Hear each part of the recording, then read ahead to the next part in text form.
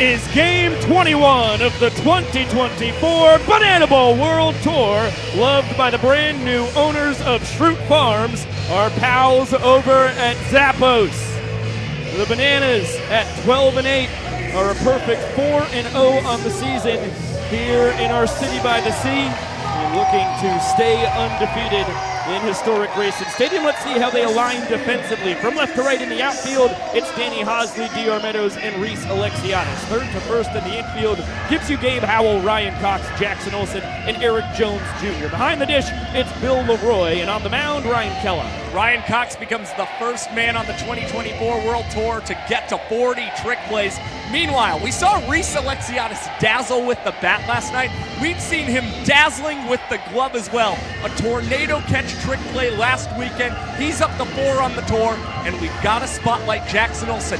He had 21 total trick plays across 67 games last year. He is already at that mark through the first 20 games here on this year's tour. And we have to zoom in on the man at the center of it all, in the toque, the pride of Whitby, Ontario, up in Canada, the definition of a professional, not just because of his 7 years of minor league baseball experience getting up to AAA with the Cubs, 5-pitch mix, he can throw any of them in any count. And the Bananas love throwing this guy out for starts. He's making his 6th of the season. He's got a 1-0 record on this year's tour. In Ryan Kellogg's last start, 4 innings pitched, gave up 6 hits and 4 earned runs, had 2 sprints and 2 strikeouts. And the challenge tonight for Ryan Kellogg, he's got to get through the first inning quicker. His last 3 first innings have all been above 4 minutes, and 2 of his last 3 have been over 5 minutes. If he can get through the first with ease, he's going to be setting himself up for a pretty good night tonight. Let's take a look at the Party Animals lineup. We'll see who Kellogg faces off against right from the jump. Of course, Reese Hampton leading it off, as he has across all 21 games of this tour. Behind him, Bryson Bloomer, and due up third, Jake Skoll. In the cleanup spot, Dalton Cornett. In the middle, it's Chase Acuff, Tanner Thomas, and Jordan Hussein. In the bottom 3, Taj Porter, Dustin Baber, and Jason Swan. Great to see the second start of the season for Jordan Hussein at third base. Had a multi-hit game in his very first Banana Ball start. And meanwhile, we've seen Tanner Thomas scuffling just a little bit as of late, but he's batting .500 against Ryan Kellogg this season. This could be the game that he needs offensively. Let's get it down to Jesse Cole to fire up the folks here in Savannah. Banana Nation, it's time. On 3, I need everyone here to yell, start the clock. 1, 2, 3. Showtime. Showtime indeed, Mr. Cole. Heck of a battle right from the get-go. Kellogg with 7 years in minor league baseball, Hampton with 4.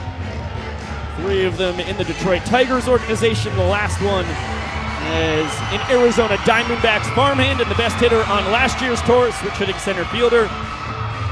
He's just doing what he does, hitting .325, a .429 on base percentage to lead the team. And the game last night for Reese Hampton, pretty absurd. 2 hits, which included a double, and he drew 3 ball 4 sprints against the Bananas. His discipline has been just upgraded this season. Foul ball not caught as it gets into the right field deck. He loves to swing early, although the patience has been impressive this year. A tour high 15 ball 4 sprints compared to just 8 strikeouts, as Kellogg sneaks the heater by him there, usually right around 90, 91 miles an hour with the fastball for the Canadian. And he's getting more aggressive on his ball 4 sprints as well. When Reese is able to get those ball 4 sprints, he is gunning for second base more than ever right now, and will sneak this one by the first base line and by Eric Jones Jr. into right field for a leadoff single. So Hampton reaching in the first inning in each of the last 2 games here in Savannah. He's now reached safely in 5 straight plate appearances. You got to go back to Gwinnett County last Sunday to find the last time that Hampton's made an out. And now a 1-0 count on Bryson Bloomer, hitting .319, an on-base percentage up to .385 in his second World Tour. We haven't seen a whole lot of the pop that we've seen across his Bananas and Banana Ball career, although that one was stroked well. Straight to Danny Hosley, battling the sun, makes a basket catch. Big first out there for Kellogg. Yeah, we see Hosley with the sunglasses on, still battling it. Came in a little late, caught it around his hip. Not the ideal spot to come down with the catch, but Ryan Kellogg and the Bananas still happy to get that first out against Bryson Bloomer, who had 3 hits last night. Here comes the always powerful Jake Skoll as Kellogg fakes a pickoff attempt over at Hampton at first. And this one looped into left field. It's going to fall in front of Hosley. Hampton stays put at second. Base knock for Skoll, who's hitting .280, .379 on base percentage in his 4th World Tour. Pacing all hitters with 21 runs scored. That's tied with Malachi Mitchell for the tour high. And 20 RBIs, tied with this man, Dalton Cornette, for the season lead there. Yeah, it's just absurd what Jake Skoll is doing, and it's really good to see he and Reese Hampton heating up in the first innings of ball games. Both of these guys still batting below 300 in the first, and last year, both of them batting above 300 in these situations. And Party Animals, they're looking to get runs earlier in games and, of course, have those runs turn into points. Kellogg having trouble jumping ahead of these dangerous Party Animals hitters. Dalton Cornette in his 3rd World Tour. Continuing to cruise, hitting .351, second best on the team. .378 on base percentage. He's putting the ball in play a whole lot as Kellogg finds the zone with the fastball there. Ball 4 will easily score Hampton from second, and there it is. Uncharacteristic lack of control for Kellogg here in the first. Cornette grabs his 21st stake on the tour to separate himself from Skoll. Party Animals draw first blood. And Dalton Cornette, the move to the cleanup hole has just only helped him more, as he now has 11 runs batted in this cleanup spot in his last 5 ball games for the Party Animals. He had 8 last weekend in Gwinnett, 2 last night, and continues to stay red hot.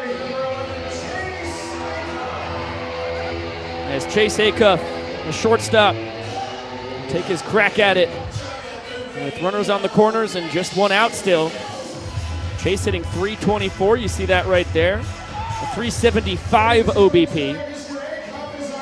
He has really revved up offensively in his 2nd World Tour. Kellogg gets the strike with the fastball there. 5-pitch mix, as I mentioned. Fine strike 2 with the big curveball. Also for a 2-seam fastball, changeup, and slider. This one popped up right side. Olsen and Alexiadis converging. Jackson makes the catch. And a huge second out while Skoll still waits at 3rd.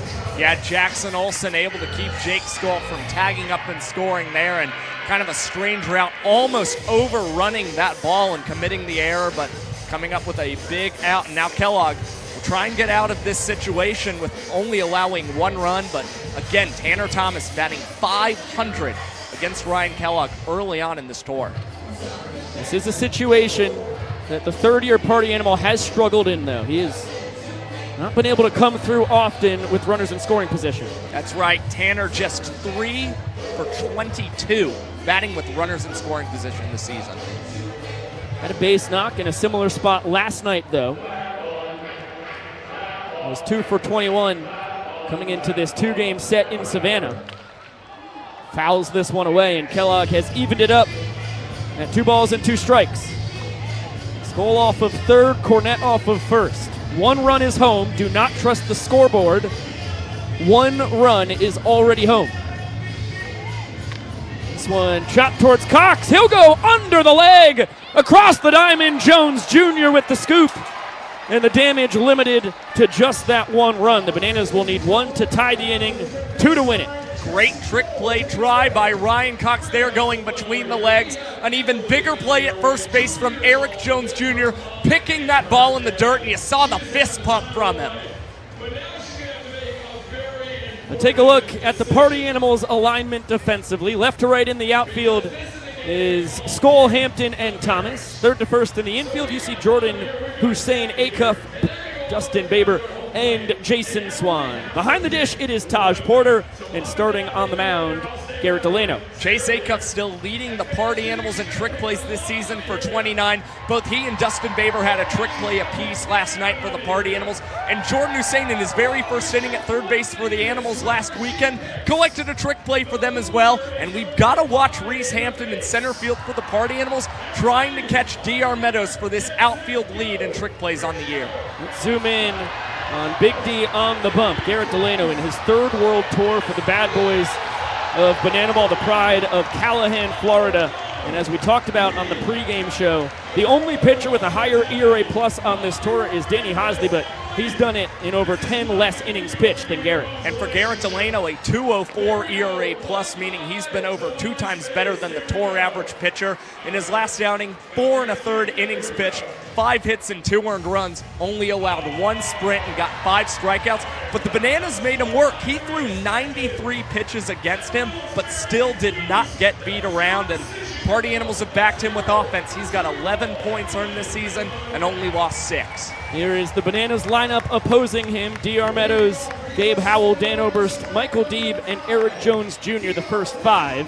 And then Danny Hosley, Reese Alexiadis, Bill Leroy, Jackson Olsen, and Ryan Cox, the bottom 5. Here is the Doctor, leading off for the 20th time across the 21 games of this tour. And a good spot there on the 2-seam fastball by Delano. He will throw the 2-seam, a 4-seam, and a cut fastball. Dominates with the heater. Then he'll work in a changeup and curveball to boot. And already doing what he does best on the mound, getting ahead in counts. Now 0-2 here against DR Meadows. Cutter there, bounced foul. Still an 0-2 count on the tour's best hitter thus far. DR leading all batters, hitting .415, reaching base at a .465 clip. Video game numbers early on in the season in his second World Tour. He's reached base safely in all but 1 game for the Bananas this season. And here, we'll shoot this one out to the shortstop position, and Chase Acuff will snag it on a line. Well struck, as it often is for Meadows, who, with his 27 hits, is now 1 behind Hampton, who got a knock to lead off the ball game for the tour high. Here comes Gabe Howell, a Banana Ball rookie when it comes to World Tours, but 2019 and 2020 collegiate Banana, actually played in the first 2 Banana Ball games of all time, way back in the day in my rookie campaign down here in Savannah. And that one stroked back where it came from. Delano has to scoot his keister out of the way, and the Nanners have the inning-tying run aboard. Good base knock for Gabe Howell. We'll see if the Bananas try and run him like they do DR Meadows when he reaches in the leadoff spot. And we'll see if Howell can get into scoring position here with Dan Oberst up at the plate. Another one of the best hitters for these Bananas so far on the tour. Howell successful in both of his attempts at stealing bases so far in the season. A prolific base stealer in his collegiate Bananas career. 18 for 21 in 2019, 15 for 15 when I was broadcasting his action in 2020. And he was taking off on that pitch fouled away by Dan Oberst. And worth adding that last year in the Pioneer League for Howell, 30 stolen bases.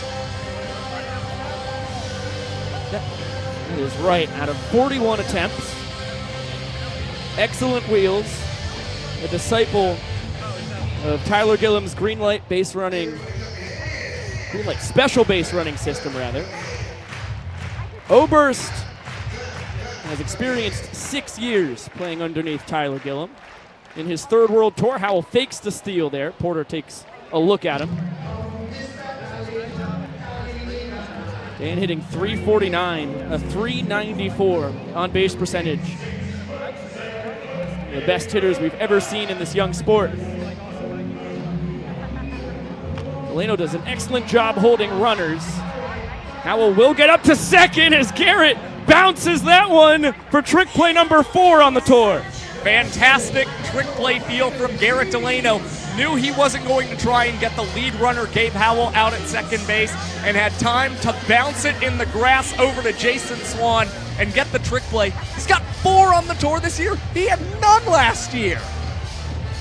Like Rob Gronkowski after scoring a touchdown. Put every ounce of his body into that one. And now we'll step off the mound and Get a new set of signs from Taj Porter. Here's Michael Vitamin Deeb. Backdoor cutter there to steal a strike. Deeb having a fantastic 4th year as a professional banana baller. 1-1 count on him, hitting .347, a .421 OBP. He's got 8 consecutive games with at least 1 run batted in for the Bananas right now.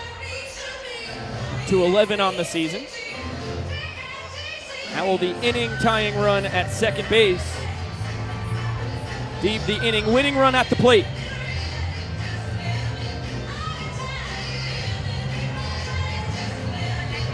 Still looking for his first home run of 2024. This isn't going to be it.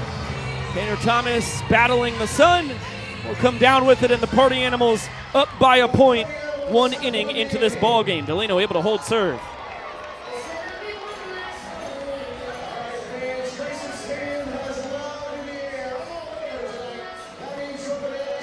Now let's bring it up into the broadcast booth because we have an exceedingly special guest, Robert Anthony Cruz, the rookie banana baller.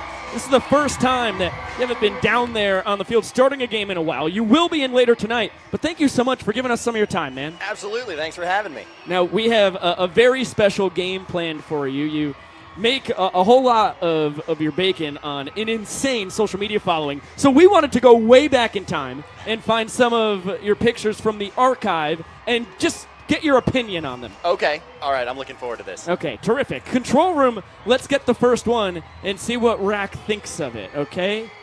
Here we go. Explain that, Graham. Good, good.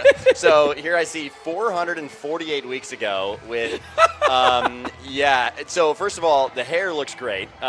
We got Justin Bieber, One Less Lonely Girl, playing in the background, and that really is fitting for this picture. Really like the Bieber hair, the little sun glow in the background, and with my now wife Gigi. So yeah, big fan of that one. Now, are you familiar with the hat that you've got on in this picture as well? Do you know which one that is? It's Los Angeles Dodgers snapback. Yeah, I lost it. I forget when I lost it. At some point I did, and it was a real bummer. That was my favorite snapback hat. So yeah, absolutely brutal. Yeah, how about that? GG nearly a decade ago with you. Okay, let's get the next one on the big screen. Here we go. It's prom time. Yes, it's prom time, and flow's unbelievable. Oh yeah, no, again the flow. I was letting it eat. Also, I was homeschooled, so this was a homeschool prom. You know, that is a thing. I'm pretty sure I was a sophomore this year, but they were like, there was very few kids in a homeschool group, as you'd imagine. So they just let us all come for prom. So there we are. I was going to ask if homeschool prom differs from regular high school prom or not. Maybe a little bit. Yeah, a lot more censored, a lot more moms hovering, but yeah. Okay, we've got to get back to the action. But how about that last one? I mean, that is art right there in the middle of the train tracks. Showing the skill in the camera work early on here. All right, your buddy Ryan Kellogg back out on the bump. Your guys are down a point 1 inning in. And how about the start to the banana ball career for Jordan Hussein, who loves turning singles into doubles, but he'll be content with just the base knock there. 3 for 7 in his young banana ball career now. Yeah, and it looked like he was trying to turn that one into a double as well. Took a pretty wide turn around first base, thinking about extra bases, but showing the respect for Danny Hosley's arm out there in left field. Now the switch hitting catcher, Taj Porter, another really impressive banana ball rookie. Can't catch up to the heater there from Kellogg. Porter hitting .286, a .375 on base percentage. Has pretty much reached at a 400 clip every single place he has played baseball before in his life. So I don't want that last picture to go by the wayside. Can we get the story on the middle of the train tracks? Really a creative shot there. Yeah. Well, you know, that was early in the Instagram days, and I think that was probably the most creative thing I could think of. I was like, this feels pretty artsy, going directly in the center of the train tracks. It feels edgy. Right? It is. So, very edgy. Yes, yeah, that's what we were going for with that. Especially from a homeschool kid out in Fontana, California. You know, that's just right. Adds a little extra special sauce to it. Oh yes. Hussein takes off, and it's a base knock through the left side from Porter. Jordan stays put at second, so back-to-back singles from the 7 and 8 hitters for the Animals. Now to the 9 hole, And the Banana Ball sophomore, Dustin Baber, holding down second base. They're going to keep this rally going. I look at that picture of you in the middle of the train tracks. First of all, framed perfectly. Oh, thank you. Yes. I mean, I don't think there was an inch of leeway either way there. I think that kid's probably part of a homeschool debate team. Yep. That's what you're going for, right? That's right. Yeah, no, you'd be spot on with that. Give it to him, Jackie. Oh, Jackson Olsen, we saw the same situation last night with his double plate partner, Ryan Cox, where infield fly was called, so it's kind of like an offsides in football. A free play, he comes up empty on the trick play, but it won't go against him statistically. It's just good banana ball feel when you have a situation where you know you're going to get the automatic out regardless. Why not just try and get your reps and your practice there, and if you come up with the catch, it's a cool highlight. Paint on the inside corner there from Kellogg. He jumps ahead of Jason Swan, who has been unbelievable in his second banana ball campaign here, leading the Party Animals with a .366 batting average. Reaching base at a .384 clip. This one tapped to Cox under the leg. Olsen for one. Over to Jones Jr. for two. Second trick play, double play in as many nights for Cox and Olsen. Ryan Cox with another unbelievable trick play for the Bananas. They're able to turn two, and for Ryan Kellogg, gets out of the jam in 2 minutes and 59 seconds for the Bananas. Excellent second inning for your Bananas, Robert Anthony Cruz, and that means we can take a look at some more pictures from the past. Fantastic. Let's do it. That's exactly what you were hoping for. How about this, playing summer ball with the songbird of our generation, and look at you shouting out your guy, Nights Without You. You're promoting some Dalton Malden music. That's right. All 307 likes that you see there went and probably listened to Nights Without You, the new single by Dalton Malden. Right. I was shouting my boy out. That was actually in Mount Rushmore. We had a little field trip there on an off day playing summer ball. Unbelievable. And it's just cool to set the scene. We've talked about it before. But how about that, getting to reunite with your buddy here in Bananaland? And now this one is sweet. Parkour, no shoes necessary. That's right. You know, that's how us homeschoolers do it, you know. Barefoot, running around back alleys, doing parkour, back handsprings, debate, the whole 9 yards. That definitely helped you in the homeschool JV volleyball circuit. It did, yes. I mean, who knows? If I stayed another year, I might have. I lost my train of thought. Thank you so much for showing that photo. You were doing that with pants on. Oh no! Good Lord! The barefoot with the jeans, and the caption is really what makes this one. Josh, give us the caption, buddy. She's driving, and it is scary. And that's all in a hashtag. One that's all in a hashtag. Yeah. Apparently that was the cool thing to do, not to just spell out what I was saying. Yeah, good stuff there. Black and white. Do we know what this hat was? That'd be amazing. Yeah, I do actually. It was a red Neff hat actually. So red Neff snapback. The recall is incredible. I would like to do this once a weekend. I mean, the problem is you're going to be starting in the vast majority of every Banana Ball game going forward. But if you're okay with it, I would like to make this a recurring theme here. Once a month, whenever you do get half a ball game off. You won't run out of material. I've posted a lot, you know. Oh, my gosh. You know, that last picture is Eric Jones Jr. in the 5-hole. Leads off the bottom of the second, and we got a 2-1 count. That was a really nice cutter there from Delano, dipping out of the zone on EJ. The picture right there, we've got to pull it up in the future. Very similar to a Zach Frangelo post from back in the day. Is that so? I think it might be my contact photo for him. Yeah.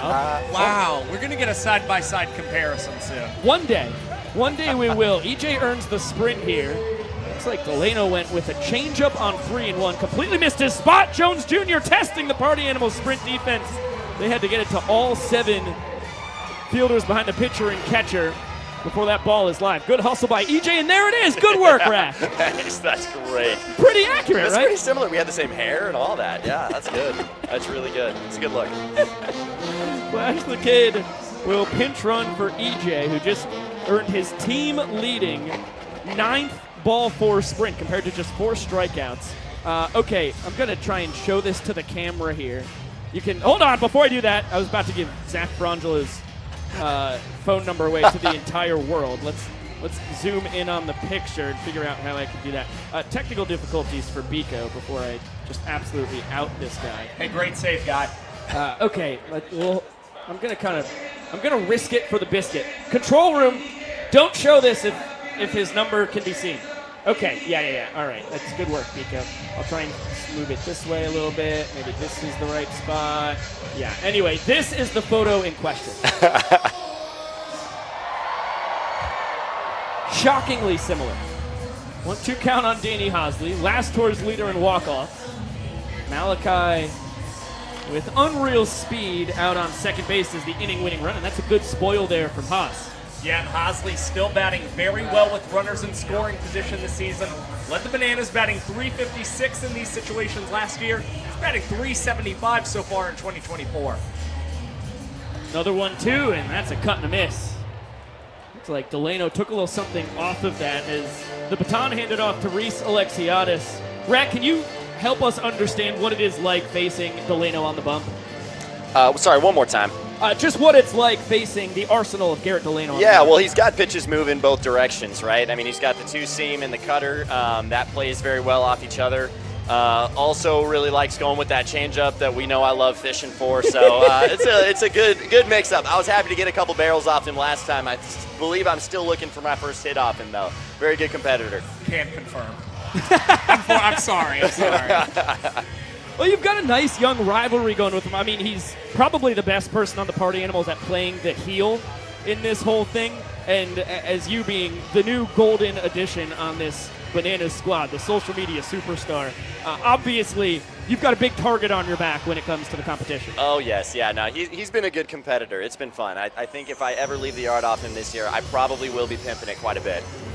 Now, Rex, speaking of leaving the yard, we haven't had a chance to really speak with you since your first banana ball home run last weekend. Kind of walk us through that. I mean, Jake Lealius threw a 6-2-2 pitch to you, too, during that at-bat. Yes. No, that was a long time coming. I've been waiting for it. I told you before the year I was looking for my first one, and I would be swinging for it every at-bat. So very happy to get that one out of the way. It's funny, we were talking with the new guys, and a lot of power that we all showed in spring training, and then the season started, and that was the first one out of the new guys. Correct, and that's up against the Pioneer League MVP last year at the dish right now with a full count, who hit 29 home runs to lead the Pioneer League. Yeah, that's crazy. Banana ball is a different animal, man. Yes, we talked to Gabe Howell about that a lot. I mean, there's a plethora of differences. One of the ones that Josh and I don't really think about is the fact that you've got music blaring pretty much through the entirety of your at-bats. Yes, that doesn't help. And it's very easy to get sped up in the box, right? And when you get sped up, you're more prone to chasing, and I think that's something I saw a lot early in the year. As there goes Reese. That's something that I saw earlier in the year. It's very, very easy to get sped up and chase. Yeah, that's a good plate appearance by Alexiadis. He works the inning-winning sprint, and we are tied at a point apiece. And how about the celebration from your guys here? Cowboy Kyle is becoming his inner keyboard. Oh, yes. Unbelievable. Look at the work from Meadows and Phillips. And doing his best Outcast impersonation. Malachi Mitchell at the center of it all after scoring his tour-leading 22nd run. Robert Anthony Cruz, will the boys celebrate tying this ball game? We cannot thank you enough for joining. This has been an absolute blast, dude. Oh, so much fun. Thanks for having me. We got to make this a regular thing. Thank you for explaining that, Graham. And Rack, we're excited to hopefully see you enter this ball game tonight, too. Yes, absolutely. Looking forward to it. Hey, have a great rest of your evening, Mr. Cruz. All right, thanks, guys. There goes Robert Anthony Cruz. The fellas with a really extended inning-winning celebration here. I figured we had to say goodbye to Rack because they'd be done soon, and Maceo and the boys would be player dancing, but they just love Roses by Outkast so much. Sometimes when you're just vibing with the guys, you got to keep letting it eat. You know what I'm saying? They got lost in the moment. Cowboy Kyle is huffing and puffing after all that work in plank form as the keyboard.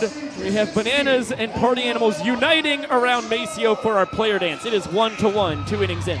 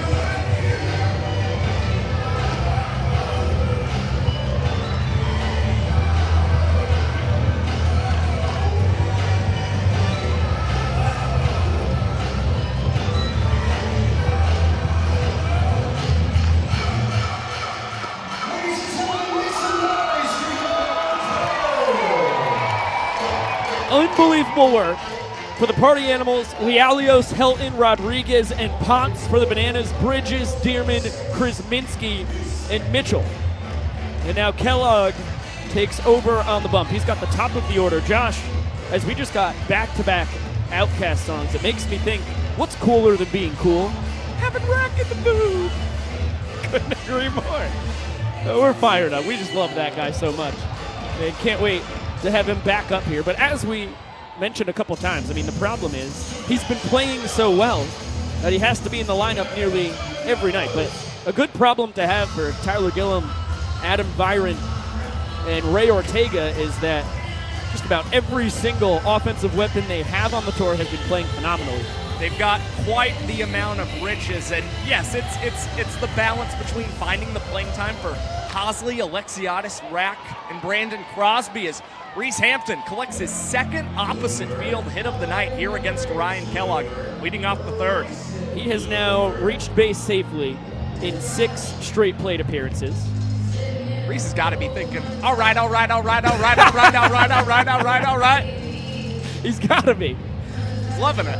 I mean, we're not mind readers, but that's the odds-on favorite to be what's going on in Hampton's brain right now. Speaking of an unbelievable consecutive reaching base streak, as Kellogg will bring Olsen, Cox, and Meadows in for a choreographed boogie. It misses up and out. 2-0 count on Bryson Bloomer. Bryson at Murray State, the second of 2 colleges, spent 3 years at Murray State, 2 at Lincoln Trail Community College and JUCO before that. But in Murray State, he had 12 straight at-bats with hits. And then he ended up popping up on a changeup, chased one out of the zone to second base. He came into the dugout. He had no idea that the NCAA record was 14 in a row. He said he would have completely approached the plate appearance differently, but he was trying to smash an extra base hit. Instead of just trying to get aboard, he fell too shy of the NCAA record for consecutive hits. He's 1 for 2 now tonight. There's a nice base knock. Yeah, and he's played very well here in Grayson Stadium since returning from injury.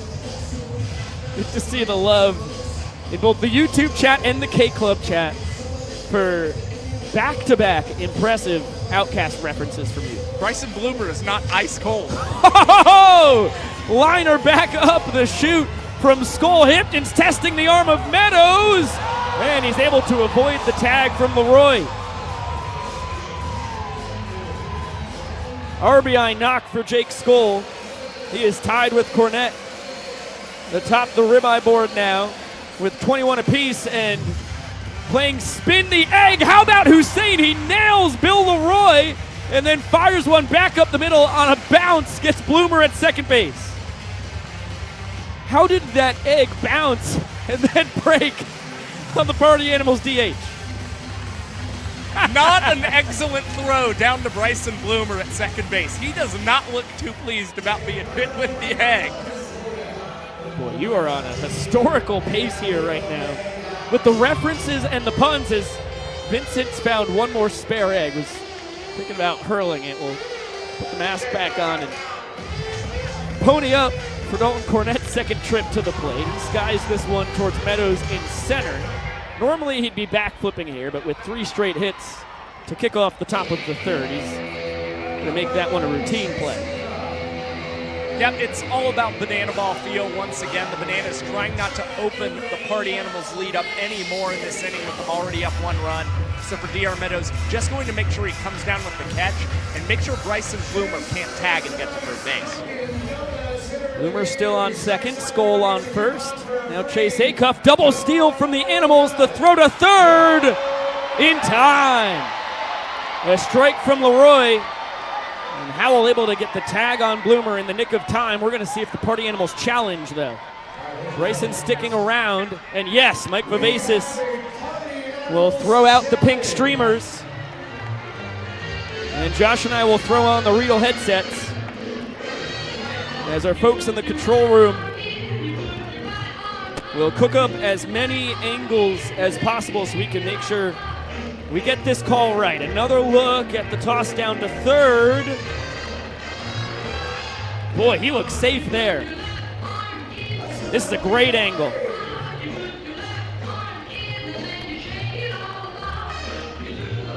The question is if the tag hit his helmet before he got the right hand in, or the left hand in, rather. Another look. I'm not seeing enough evidence that would be able to overturn the call on the field from this angle. No, I'd like to see the home plate angle one more time. Yes, this shot's terrific.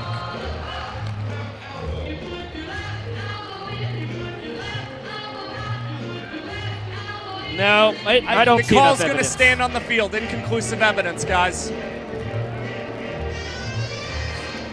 Bang, bang. No doubt about that. As we get another look.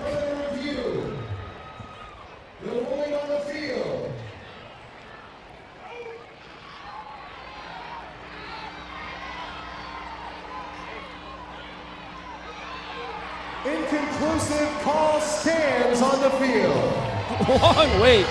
The suspense there for Vincent Chapman was unbelievable. You could feel it in the ballpark. And there's the egg. Oh, gosh. This guy's a prankster.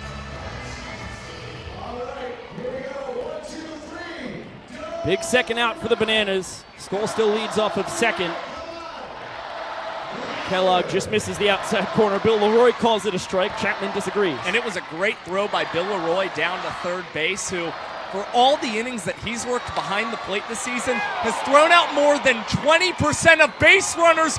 Ryan Kellogg with a heck of a reaction off the mound, goes between the legs for the trick play and gets the Bananas out of the inning. What a play! Uses every inch of his 6'6" frame to grab that one between the legs. 2 trick plays on the tour. And let's get it down to Jesse Cole for a brand new promotion, the Hot Flash We're going Dance-Off. to take this to another direction tonight in Banana Style. We're going to see how they can flash. And fans, you are going to be the judge of who does it the hottest. Whether it's going to be Valerie or Tina. All right, ladies, on your marks, get set, go. Let's see what you got. Oh, look at there's Valerie go. No, Tina with the ball. Here she goes. Oh, she's bringing it. Valerie's bringing it. Oh, she's going for another layer. She's going another layer. What is Tina doing? Oh, she's going back. Oh, what is happening with Valerie? Another layer for Tina. We've got 20 seconds. Look at this sass over here. All right. Oh, I like that move. All right. We've got 10 seconds left. Here we go. She's just still going strong over here. Look at that energy. Oh, all right. No, easy, Tina. All right, fans.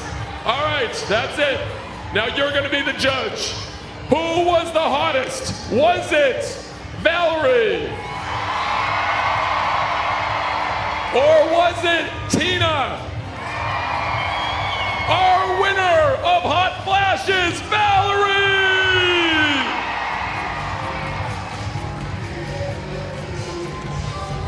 Impressive work from Valerie. Connor Higgins, the new man on the mound for the Party Animals. So Garrett Delano just pitches through 2 innings.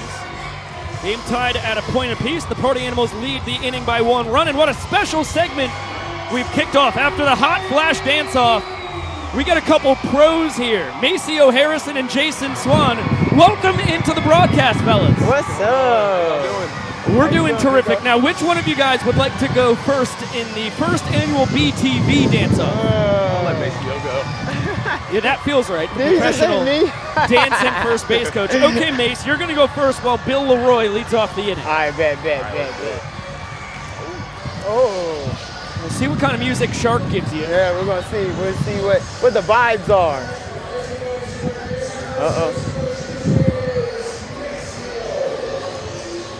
All right, you've been shouted out. Hey, what's that? Tambourine. Hey, yeah. Hey, do I love it? I just want some ice on my wrist so I look better when I dance out. That's impressive work. Right up in Swanee's grill. Swanee, the response. Hey. Oh, hey.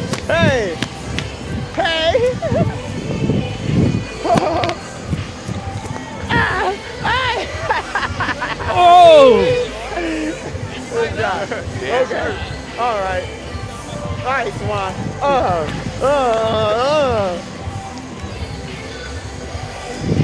This is tight as could be thus far. Jackson Olsen with a 1-1 count. You're a jerk. I like You're that. a jerk. Oh, yeah. Dueling moves now. Watch this right here. Wow. No. How about the double play? Glove to glove from Baber to A-Cuff and Swanee at the end. Justin Baber gets the trick play out. The Party Animals get the double play. And Jason Swan covers the back after jerking there. I think the play helped out with that. I'm not going to get it. All right, Jason. I got you, bro. Oh, no. I'm playing back. Baby, let's go. Good, we got ass. Here we go, Mace. We gonna go all night. We gonna light it up. Oh. Now I told you, we gonna light it up. Nothing. Oh, hey, hey, hey. Hey. Oh, that's tough to compete with, Swanee, but I like what you're doing here. I mean, oh! Oh! Uh-oh, Mike's flying, gloves on the ground. Oh, no. And now you've got sprint defense. Jason, I cannot believe you kept Cox at first with the equipment flying there. There we go. Right. Had to hook myself back up here. Small ear problems. I mean, this is multitasking at its finest. Oh, yeah. Yep. The winner will be decided in the YouTube chat. Oh. Really good stuff from both you guys. Now Swanee's got a hold on Cox. As the battle continues, how are you guys doing cardio-wise? Hey. Always gas. cardio. Gas. Oh, yeah. Uh-oh. See what Good happens one. every time I'm mic'd up, DR gets a hit. Yes, sir. See what I mean? Good stuff, DR. I think DR might be 5 for 5 when I'm mic'd up. Yeah, we'll have Josh back to crunch class here. the numbers on that. I'll be working on it all night, Swanee. What we got, Mace? Hey. Mace, what we got? Yeah, this is line dancing stuff here now. I gotta go back to saddlebags for this one. Inning tying run on second, winning run on first. Here's Gabe Howell. I don't know. It was this headset went off because I got small ears. But yeah, I think so. He's pretty good. A little check on the equipment with Mace. We've still got you loud and clear, buddy. Indeed. I was like, the headphones fall off because I got small ears. Oh, no. Oh, we got a guy. Come on, no. We got a guy. Maceo Harris and Jason Swan, you guys are true competitors. Good stuff, Good baby. job, man. Always, man. Yes, sir. I love you so, Swan, man. He always grooving, man. Who's the winner? We'll let the chat decide. Swanee, Mace, have a great rest of your night. Thank you, Pico. Love you up there, y'all. Love you guys too.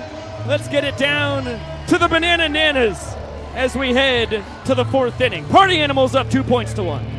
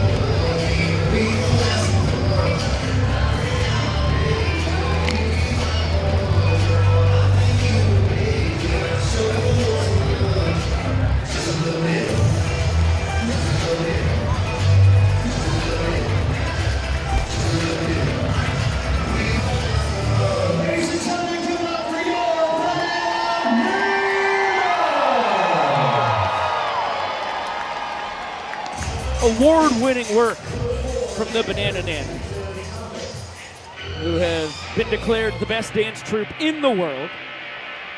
It wasn't by me, that was, I don't know who that was by, but it was by someone really important. Now Ethan Scujay taking over on the mound, rocking a fresh mustache. He takes over for Ryan Kellogg. So we go from Canadian to Canadian.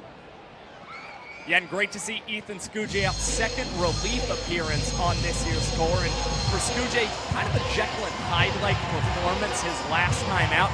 Started really well, struck out the side in 2 minutes and 14 seconds, and had 5 strikeouts through his first 2 frames of work, and then was plagued by 4 walks in his last 2 innings, and the Party Animals touched him up for 5 runs. So really, he's just got to find the zone and overpower batters. He is leading the tour, after all, with 31 strikeouts this year. Unbelievable work on the boogie there from Vincent Chapman, who's doused himself in unidentifiable liquid. Tanner Thomas shanks this one the other way, and it falls in fair. He's going to test the arm of Hosley, who throws it on the run. It's cut off by Cox. And a flare double for Thomas, his 6th 2-bagger on the season. Thomas has found 2 bloop hits to the opposite field over these last 2 games. This one now goes for extra bases, and it's another nice start for the Party Animals. Leadoff batter has reached for them in each of the first 4 innings tonight. And that's a recipe for success offensively. They scored in the first, they scored in the third. Delano was able to make the first run hold up. Now a trick play attempt from Brandon Crosby, but he forgot who was running. Jordan Hussein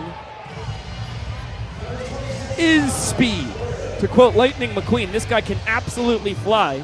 After a single his first time here on the check swing bouncer.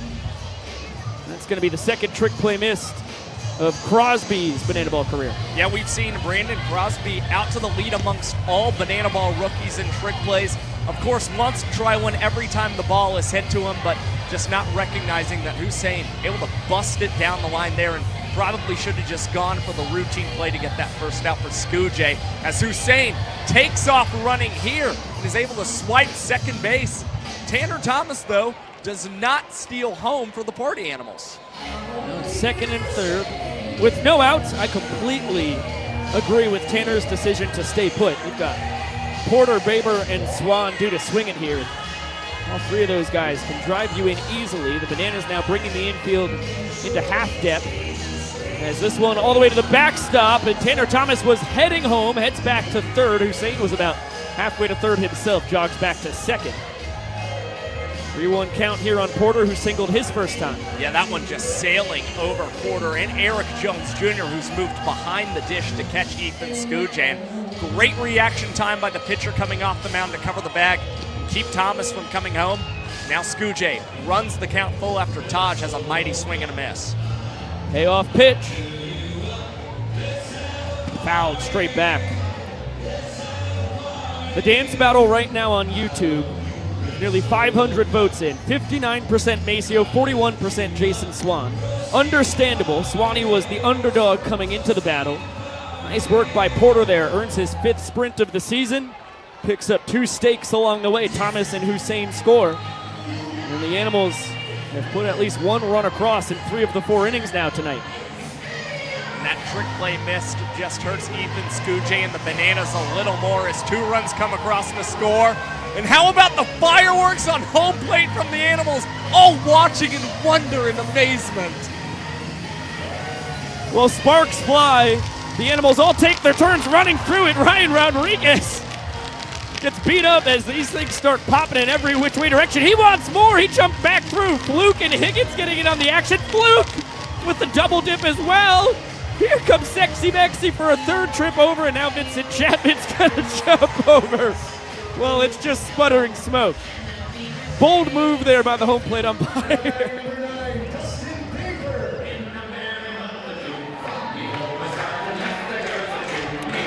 Tough start to Skujay's evening. One of those 2 runs unearned as Hussein reached on the trick play missed.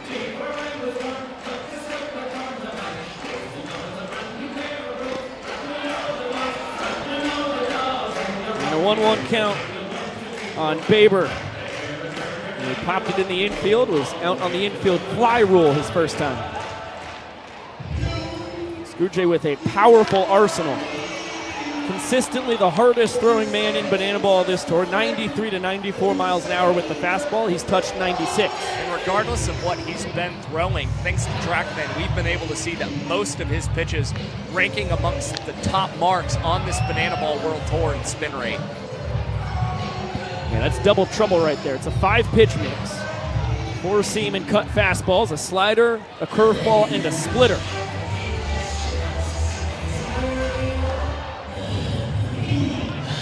Overthrows the heater there. And on 3-2, TrackMan had that fastball at 90 on the dot. Scrooge did not like the call from Vincent Chapman. Trouble with the Bananas on the sprint defense. Baber gets 2 bases. Porter pulls up at third. That one right around the knees. Vincent will say it was a pinch below them. Scrooge would contest that fact. Yeah, just not seeing the best control from Ethan Scooge coming into this ball game for the Bananas, and now 6 sprints that he's allowed across his last 3 innings of work. Another fastball, that one definitely a pinch below the knees. Eric Jones Jr. has moved from first base to catcher as Brandon Crosby came in Bill Leroy's spot in the order and took over for EJ at first. We saw Jones, who is the Seattle Mariners bullpen catcher in 2022, telling Scooge, calm down a bit, let's slow it down. Maybe you can get sped up very easily in banana ball. As Scooge behind again, 3-1 to Swan, and that one below the knees. It's going to score Porter and Baber easily. Jason Swan slams the brakes. Be content with this 13th and 14th runs batted in on the tour. It is a 4 spot for the Animals here in the 4th. Yeah, and it's also tough for Ethan Scooge right now, of course. No mound visits in banana ball, and can kind of feel like you're out there on an island as you're still looking for the first out here in the 4th. Already 3rd time up on the ball game for Reese Hampton at the top of the order. A couple of singles to right field, both of them. He was hitting from the right side against the southpaw Kellogg. Cutter gets in on his hands and he fouls it away.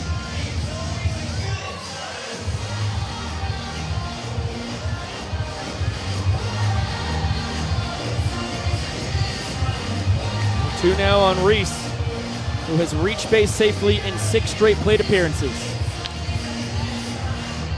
Cox between the legs across the diamond. And naturally, the broadcaster's jinx in effect. That's where the streak ends. Great play by Ryan Cox, and now 43 trick plays tonight for Cox on the season, and still able to go across the diamond and get the speedy Reese Lightning. Josh, that really wasn't cool of you to mention that Reese had reached base safely 6 straight times. Don't do this right now, man. Just saying, man. I mean, that was pretty unprofessional by you, I would say. Swan up to second. Bryson Bloomer with a special trip up to the dish. Guy knows a lot about working a 9 to 5. When are you going to pull stunts like that? This one's more like a 10 to midnight for us. All right, I'm back. You won me over with your wit and charm. Swan off second. Front door bender just a smidge low, is what Vincent Chapman will say when you ask him about that pitch.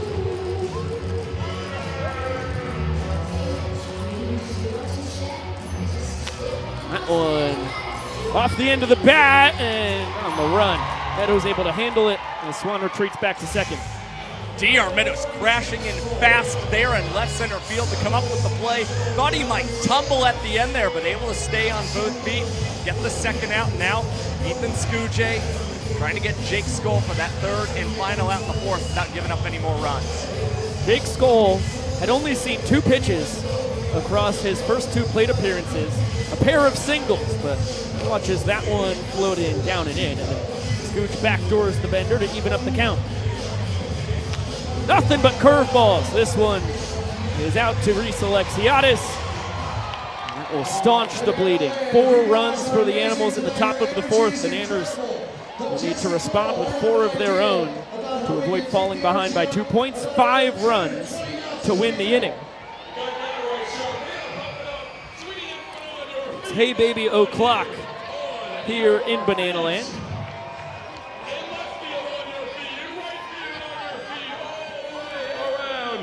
Because 307th straight sold-out crowd. The Bananas are party animals game. All getting on their feet if they're able. And rocking out to some Hey Baby. 226th straight sold-out ball game here in historic Grayson Stadium. You see the folks in the left field seats getting after it too. This is the first year of the Savannah Bananas that there have been seats in the outfield. And then over 1,000 for this ballpark in year 99 of its existence. Grayson Stadium opened up back in 1926. It was Municipal Stadium at that point in time, a football stadium. A little baseball played, and then a hurricane 14 years later led to a good amount of destruction. William Grayson had a good chunk of change and got his name on the ballpark as it turned into the baseball stadium that, for the most part, you see today. A couple renovations in the decades since then.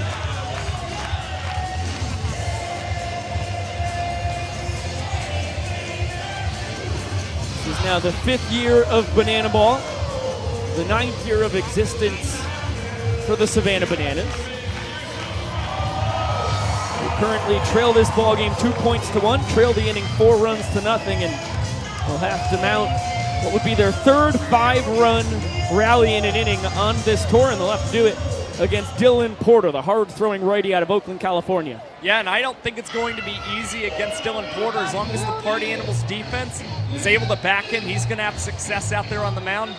Last time out, set the Bananas 3 up, 3 down, and did it in less than 3 minutes on just 8 pitches as Dan Oberst and Noah Niznek go absolutely ham at home plate. Dan is the main attraction. Niz Nasty, his hype man. And how about the boogie as Niz gets Dan his weapon? We will kick off the bottom of the 4th. Meat of the Nanners lineup here. 3, 4, and 5 as Porter paints the fastball on the outside corner. Good frame by his catcher. Also Porter. Dillon on the mound, Taj behind the dish. Dan bounced into a trick play at the hands of his jiu-jitsu sparring partner, Garrett Delano, his first time, and he's 3 pitches and struck out by DP. Great pitch from Porter. 3 pitches, all it takes to get Dan Oberst down swinging there. And only the 2nd strikeout for Dylan Porter on this year's tour. Kind of surprising, but hopefully a sign of a lot of strikeouts to come for him. I feel like the changeup there, righty on righty. Also throws a 4-seam fastball, a curve, and a slider. Heater's about 90 to 93 miles an hour. Is that one inside on Michael Vitamin Deeb, 2-0 count. The pride of Davie, Florida, gives Porter a strike there. Leaves the zone. And a good take because that one's below the knees. Maceo Harrison performing his legendary Miley Cyrus Wrecking Ball dance as Deeb sends this one out towards the fans, and it will not be caught. See, it's a good thing we didn't have Maceo get the Wrecking Ball during the Swanee dance-off, or it might have been a runaway race. Would have been completely unfair.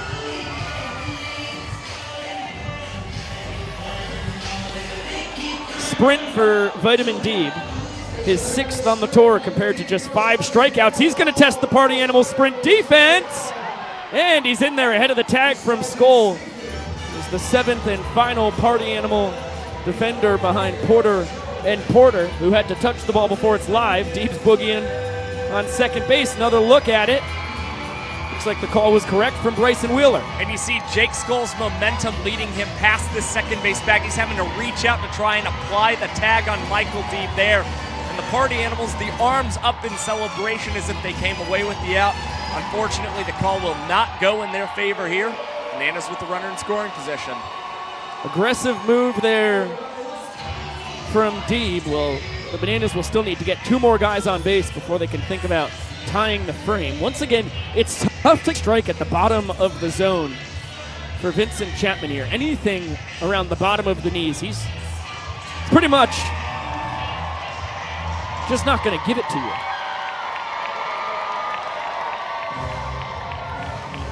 Certainly makes it tough on these banana ball pitchers as that one's fouled off. Hussein with a strong arm across the diamond for foul territory.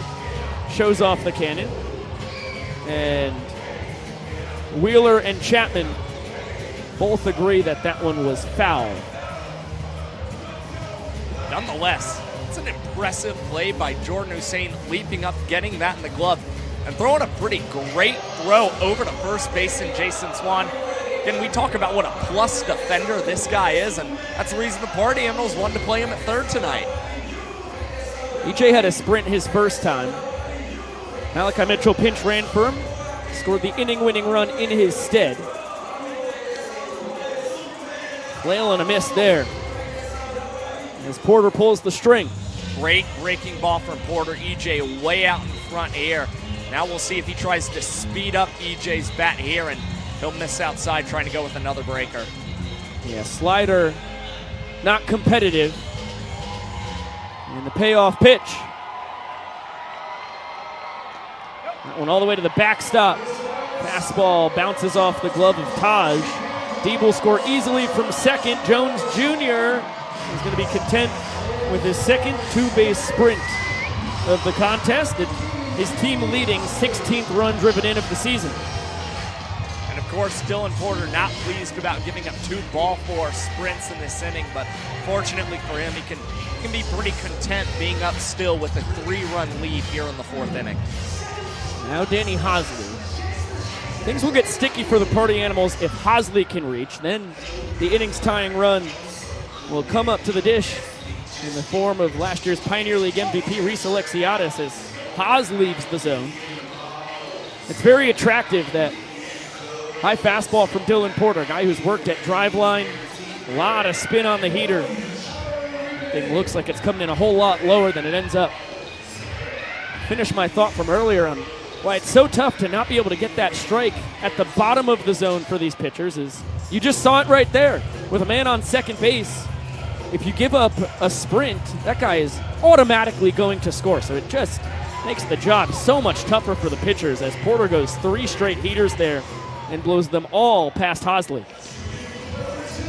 Strikeout number 2 on the night, number 3 on the tour for Porter. Porter felt confidence going with the heater once again there against Hosley. Celebrates, throwing away a little dart there on the pitcher's mound. The celebration we haven't seen too much this season. Sticks with the heat. That one clearly above the knees. And strike 1 to Alexiadis, who walked off the second with the ball for a sprint of his own.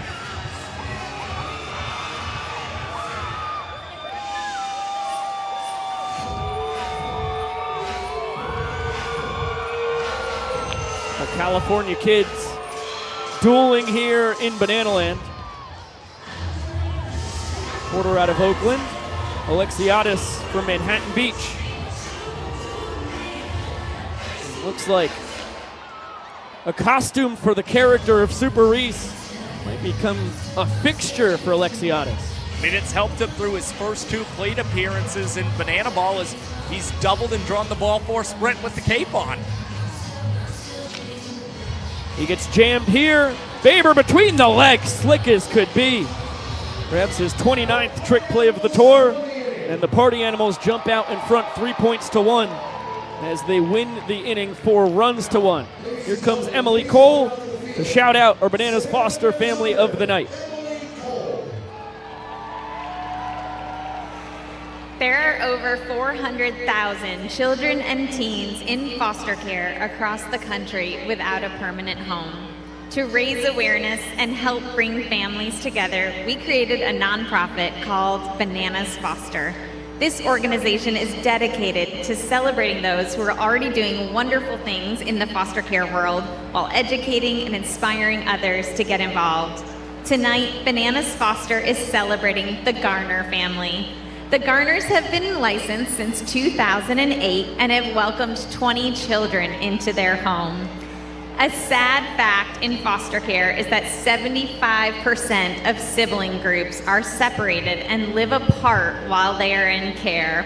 The Garners advocate for siblings, welcome sibling sets into their home, and have recently adopted a sibling set of 4 out of foster care so that they can be together forever.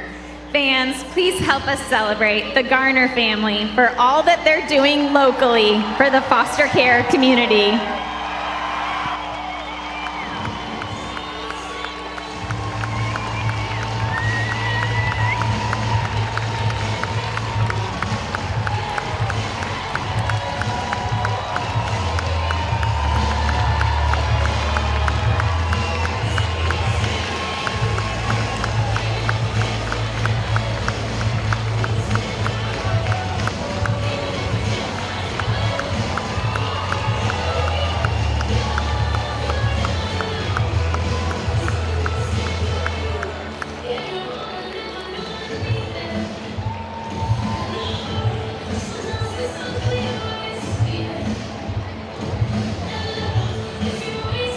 Always one of the coolest things that ever happens in Banana Land tonight. At the middle of the group hug, the Garner family. Major shout out. Foster family since 2008. Have been able to adopt 4 siblings from foster care to keep them together, and tears galore at the middle of it all. Super special stuff from those superheroes, and now you get a look at Zach Philly Phillips tossing in relief for the second straight night. Yeah, pitching back-to-back nights for the Bananas, and last night threw 27 pitches and unfortunately had over 6 minutes in his inning against the Party Animals. They were able to earn a point off of them, but still works very fast out on the mound for the Bananas. Ethan Scujay, unfortunately, just didn't seem to have his best stuff, and for the Bananas, they trust that Philly can get them through this inning pretty quickly. Pride of Texarkana, Texas, just like Vincent Chapman behind the dish. 27th round draft pick by the Kansas City Royals back in 2019, 4 years in their organization. And as you look at the guys due up in the order as well for the Party Animals, you're trying to play the matchup advantage game as well. Throw out the lefty Phillips against the lefties Cornett and Thomas. Acuff jammed in between them, 1 pitch, and so far the plan not working out. Good job of DC3 to get his hands in. I mean, that thing didn't even look like it was a strike. He's now 1 for 2 on the night. He had the RBI sprint that pushed in the inning-winning run back in the first. That's just a professional hitter right there in his 3rd World Tour. He's never had a batting average below 300. DR Meadows thinks about backflipping, and turns out he was just trying to deke Cornett and turn it into a double play. Good job by Michael Vitamin Deeb, getting out in the field for the first time on this tour. He takes over at first for Brandon Crosby. That was a really smart, interesting play from DR Meadows in center field, trying to go for the fake out and hopefully double up Cornett, but he himself a pretty smart base runner and a banana ball veteran, of course. Philly can't get the lefty. He does get the righty as Acuff's now 0 for 3.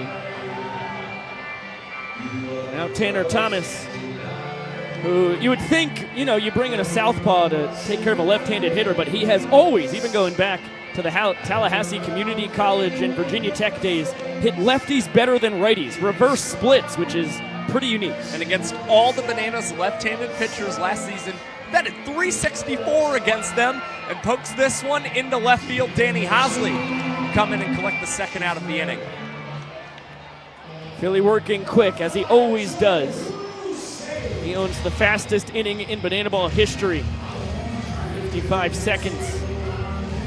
A few weekends ago in Minute Maid Park, now in Houston, Texas, the hometown of this man, Jordan Hussein.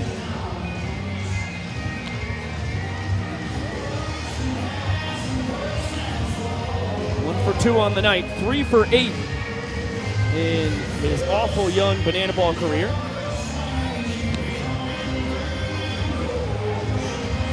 He had a broken 4th and 5th metacarpal coming into the tour. Got that taking live at-bats in the last day he was in Houston before he made the 18-hour drive across the country to Savannah and Philly. Works a quick frame, gets the K of Hussein, the first in his banana ball career. Manners just need 1 run in the bottom of the 5th to pull within a point of the Party Animals. Exactly what the Bananas were looking for out of Zach Phillips. A great rebound outing. 2 minutes and 14 seconds out there on the mound. Another couple looks at the Hussein K. And we will pop up into the broadcast booth, Josh. Oh, Josh got tangled up in a bunch of cords and just slammed the bejeebus out of his knee. I'm doing all right. Don't worry. I'm here. I'm living. Maybe I'll visit Francis after the game. We'll figure it out. You know what'll make you feel a lot better? Some fan mail. Josh Talevsky, Pico Scala. Thank you so much for spending your Friday night with us here. There's been a lot of hype in the chat about Liam's drawings, so here they come. Liam, this is a couple mock drawings of what the Party Animals mascot, which we have not seen yet, could look like. Here is the boy version. Here is the girl version. I'm a big fan of both of them. The girl version, the name would be Annie the Animal, and I think that's a pretty good name. And for the male version, Chills. I like Chills. Simple. He's a laid-back guy, you know. Even though he's a party animal, sometimes he likes to chill. Sometimes he just wants to hang with the boys. Liam, you are a rock star. I know this is some inside information you only get on BTV. There will be a Party Animals mascot. We'll see. Maybe we'll be arriving around July. And if you want to send us fan mail, you can see that puppy PO address right there in the bottom of your screen. Liam, thank you so much for the drawings. We're going to find a nice place to hang these up, whether in the broadcast booth, down in the control room, maybe in our office over at B Road. These things deserve a proper framing, as we've got a fresh haircut on the kid out of Colorado Springs, Colorado, Mr. Garrett DeClue, one of the funkier rookies that we have seen in this 2024 season. Yeah, he's been really fun to watch, of course. The signature move, the backflip on the mound as he goes first pitch to Brandon Crosby and nails the strike on the inside corner. So as we mentioned last inning, Crosby came in Bill Leroy's place, got the barrel on this one, just a little too much launch angle. Tumbles out of the sky into the mid of Tanner Tinder Thomas. We saw Crosby smash a 3-run walk-off homer in spring training. That raised a lot of eyebrows. Not known for his pop, more a speed and contact guy, but he's got it in him. And with the swing he put on that ball, he thought he had left the yard once again, standing there and admiring his work. Unfortunately, it just falls in the glove of Tanner Thomas, as now the Party Animals set up a trick pitch here against Jackson Olsen. It gets away, and how about this sequence of events? Jackson Olsen, excellent banana ball feel. He's going to steal first base. What a wild play. First time he has stolen first on the tour. It's his second steal overall, and it's a big one because he represents the inning-winning run. How about all of that happening at once? The backflip from DeClue, 360 pitch from Hussein, but he yanks it behind the derriere of the grade 8.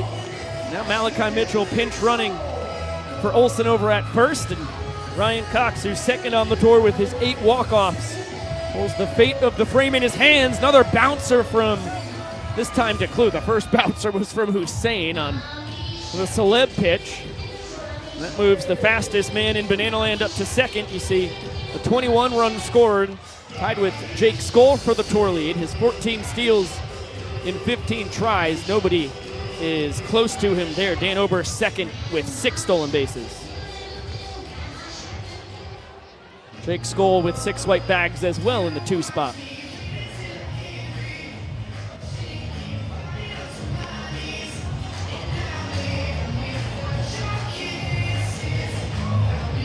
Coxie a sprint his first time.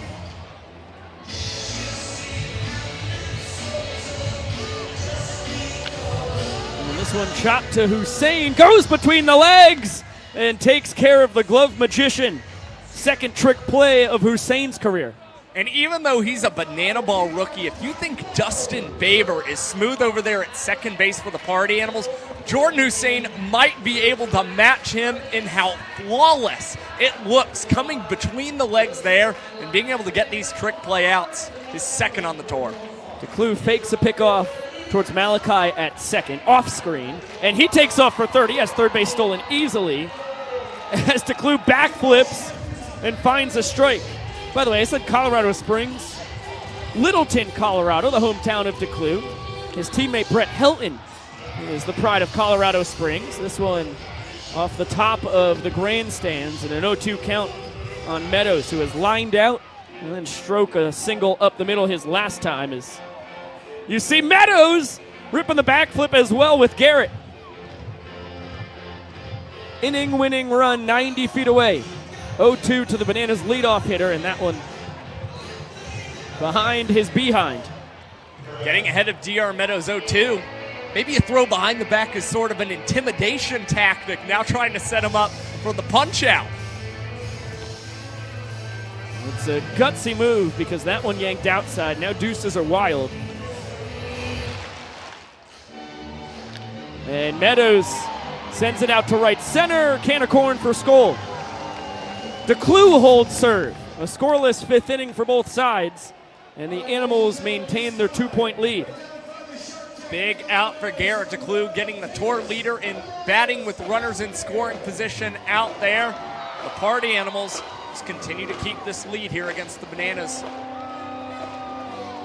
The Bananas pet band blaring away as we head to the sixth inning. A little more than 45 minutes left on our 2-hour timer.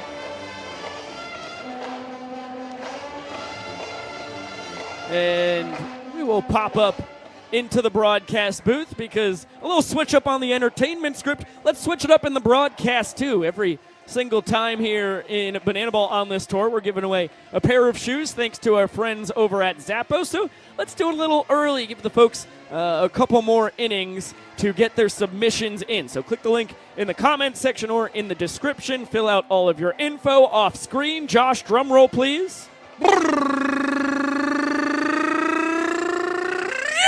Drum roll sounded a lot like a motorboat. I appreciate that. A switch up also on our word is going to be ranch to honor the unbelievable discussion that has been happening in the YouTube chat so far tonight. Colbite _, one of our incredible moderators with Scott Thompson. Colbite _ loves ranch on hot dogs. Josh Talevsky, is that in or out of bounds? That's egregious.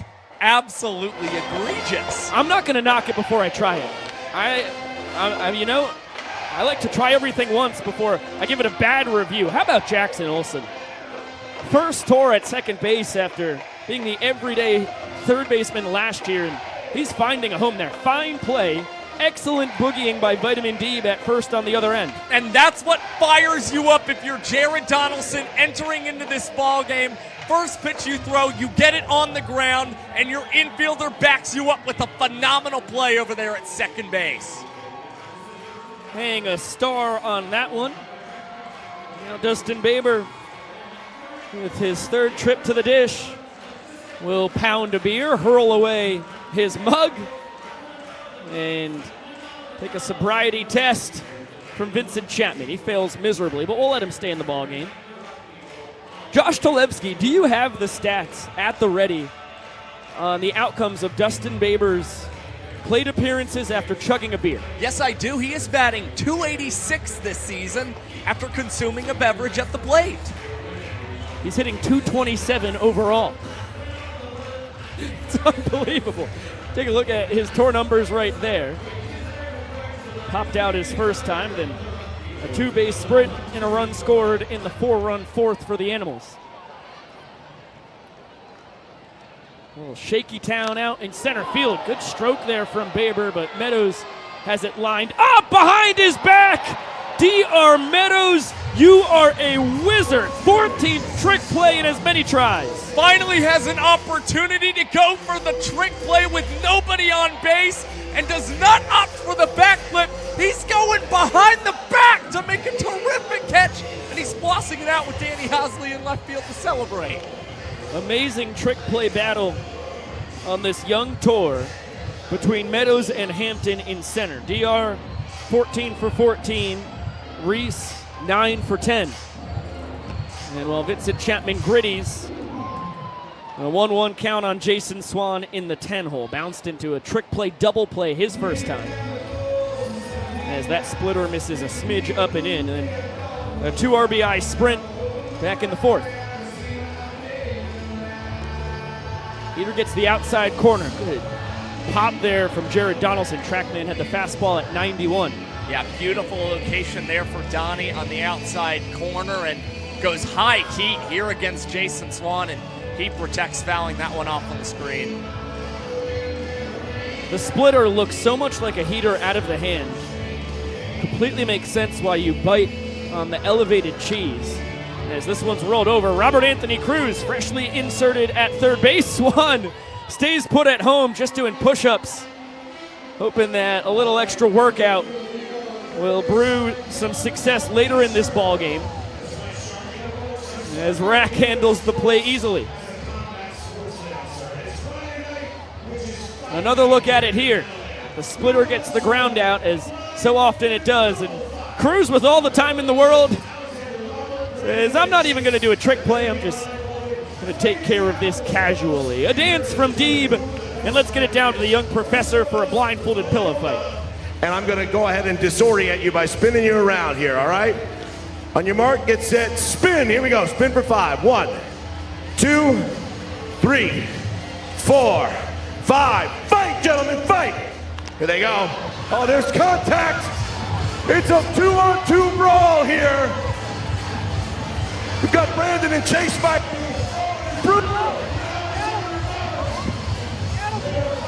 their lives in Banana Land. They are swinging wildly. This is anybody's game in this melee. We've got 5 seconds left. 4, 3, 2, 1. Stop the fight. Stop the fight. All right. How did we feel about Alexander? How do you feel about Robert? How do you feel about Brandon? And what about Chase? Ladies and gentlemen, here is your winner. It's Brandon. Now batting number 15. Always riveting when we get the blindfolded pillow fight, and it's always a blast when we get Jake Lialios on the bump. The last 2 times these guys faced off, it was in Gwinnett County last weekend, and Robert Anthony Cruz lasted the first home run in his banana ball career. And you've got to think that he's going to be trying to swing for the fences once again here in Grayson Stadium against Lialios. And how about that? Breaks off the bender on the outside portion of the plate, and Rack kind of goes chasing there. And Lialios, 3 pitches, 3 strikes, and a K. Gnarly 12-6 curve here. The way he held that, the grip, I'll have to talk to Jake after the game. It almost looked like he was throwing a splitter or a forkball. Ended up having some insane movement on it from the pride of Tucson, Arizona. Now he has Baber, Acuff, and Hampton coming in for a 6-2-2. Cruz has been inserted at third in the 2 hole for Gabe Howell. Nice kicking and shuffling. It's always worth it to keep it locked on the facial expressions from Lialios. He is a professional ham. As this one rolled over down the third base line. How in the world did you keep that fair, Dan Oberst, the guy who has the hardest hit ball on the tour at 110 miles an hour back when we were in Lialios' home state, just rolls that one down the third baseline better than if he tossed it by hand. Dan working with a little telekinetic powers there in that at-bat, trying to hack and beat the 6-2-2 defense there, and instead dribbles it down the line, and just when the ball physics looked like it was going to go into foul play, rolls right back towards that infield grass, and it's a single for Dan. 1 for 3 on the night. an excellent base runner. Talked about it when Malachi was inserted as a pinch runner, but Dan's second on the tour with his 6 steals. He has not been thrown out yet. Here's Michael Deeb after a fly out his first time. A 2-base sprint and a run scored in the 4th. He started the game as the extra hitter, but has taken over at first base. And Brandon Crosby, oh, look out! Deeper's Porter just threw that off of Deeb's barrel. You do not see that every day, and Dan Oberst going to take the opportunity to run up to second. That's his pretty good heads-up base running from Dan Oberst. Able to take second base and get into scoring position as the Bananas are looking for a second point to cut into this Party Animals lead. That will be the first error of Taj Porter's banana ball career, and that is a tough way to get it. As Deeb tried to hold up, it ends up going around. Lealios throws a ton of fastballs. You saw one there. You saw the 12-6 curveball to strike out Robert Anthony Cruz. And then he'll work in a changeup and a few cutters as well as this one stroked to left center. Oberst was off on the pitch. He has to head back to second as Hampton hauls it in. Yeah, Dan got a great jump on that pitch from Jake Lealios, and that was really good by Tyler Gillum, coaching in the third base batter's box, immediately yelling at Dan and waving him to get back to second base so he wouldn't get doubled up there on that fly out to Reese Hampton. I've got one for you from Todd Patton in the K Club, Josh, as Lealios pours in a strike at the knees to Eric Jones Jr. He said, is it just me, or does anybody else get Karate Kid vibes from Jake on the mound? With the headband? I see it. I can see it. I see it as well. Nice Great comp. Nice flow going.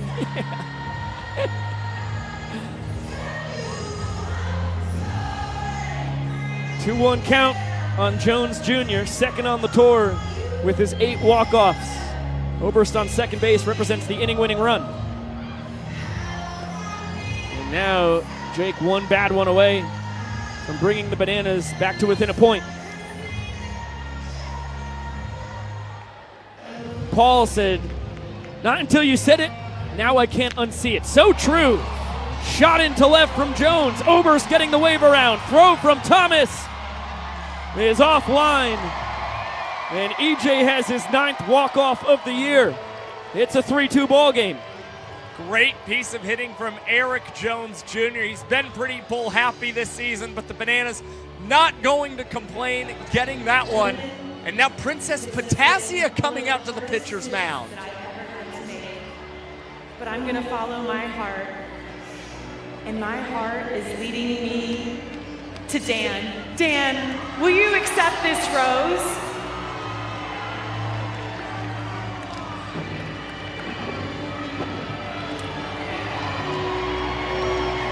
And the Bananas have won the inning! Alyssa cannot be happy with that walk-off celebration right there. Princess Potassia trying to steal her man. That is a shocking development. We have 6 innings in the books. Party Animals lead 3 points to 2. Here come the Banana Splits.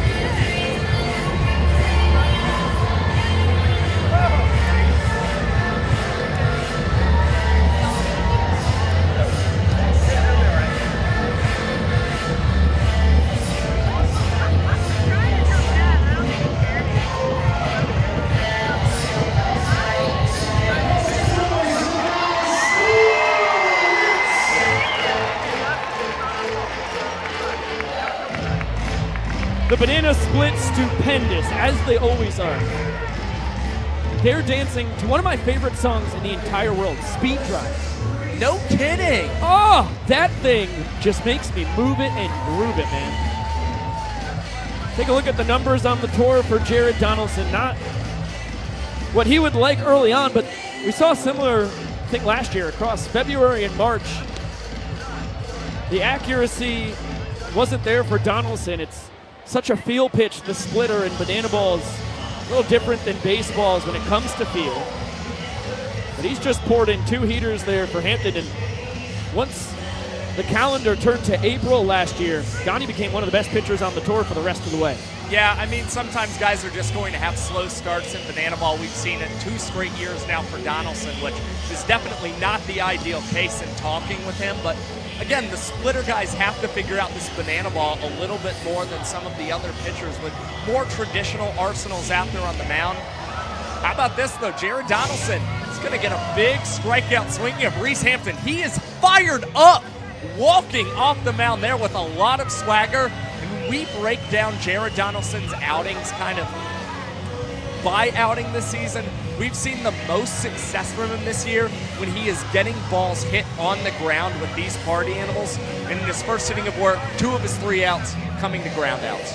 Yeah, it was a 1-2-3 7th inning.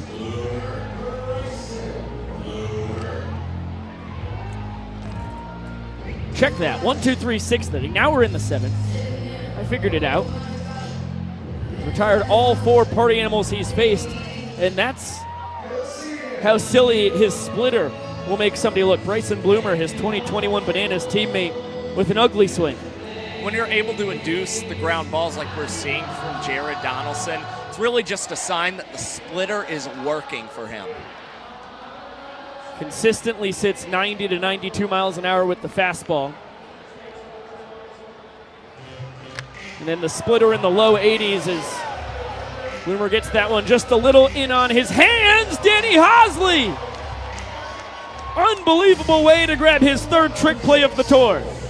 Well, we saw each of his first 2 trick plays this season where he's balancing the banana ball on top of his glove. Pico, you've compared it to that of a hibachi chef, but this time it's Hosley with an Ichiro Suzuki-esque trick play, going no look behind the back and coming up with the catch. That is one of his best. Unbelievable movement on the 4-seam fastball there from Donaldson. He doesn't even throw a 2-seam because that moves too much for him, and you see why. I mean, a 4-seamer's normally the straightest pitch you see in baseball or banana ball. But he had that one move about a foot outside, and he's just pounding heaters now as he jumps ahead of Jake Skoll. He's setting up Jake Skoll to probably go off speed here or possibly throw him a hitter in the dirt and hope that Skoll is chasing here. We saw that outcome a lot across 2023. 5 up, 5 down so far for Donnie. And he gets the top of the zone. Sticks with the heat. Catches Skoll off guard. And has 2 Ks in the inning. He has been infallible tonight. Let's get it down to Noah Bridges for the sheet race.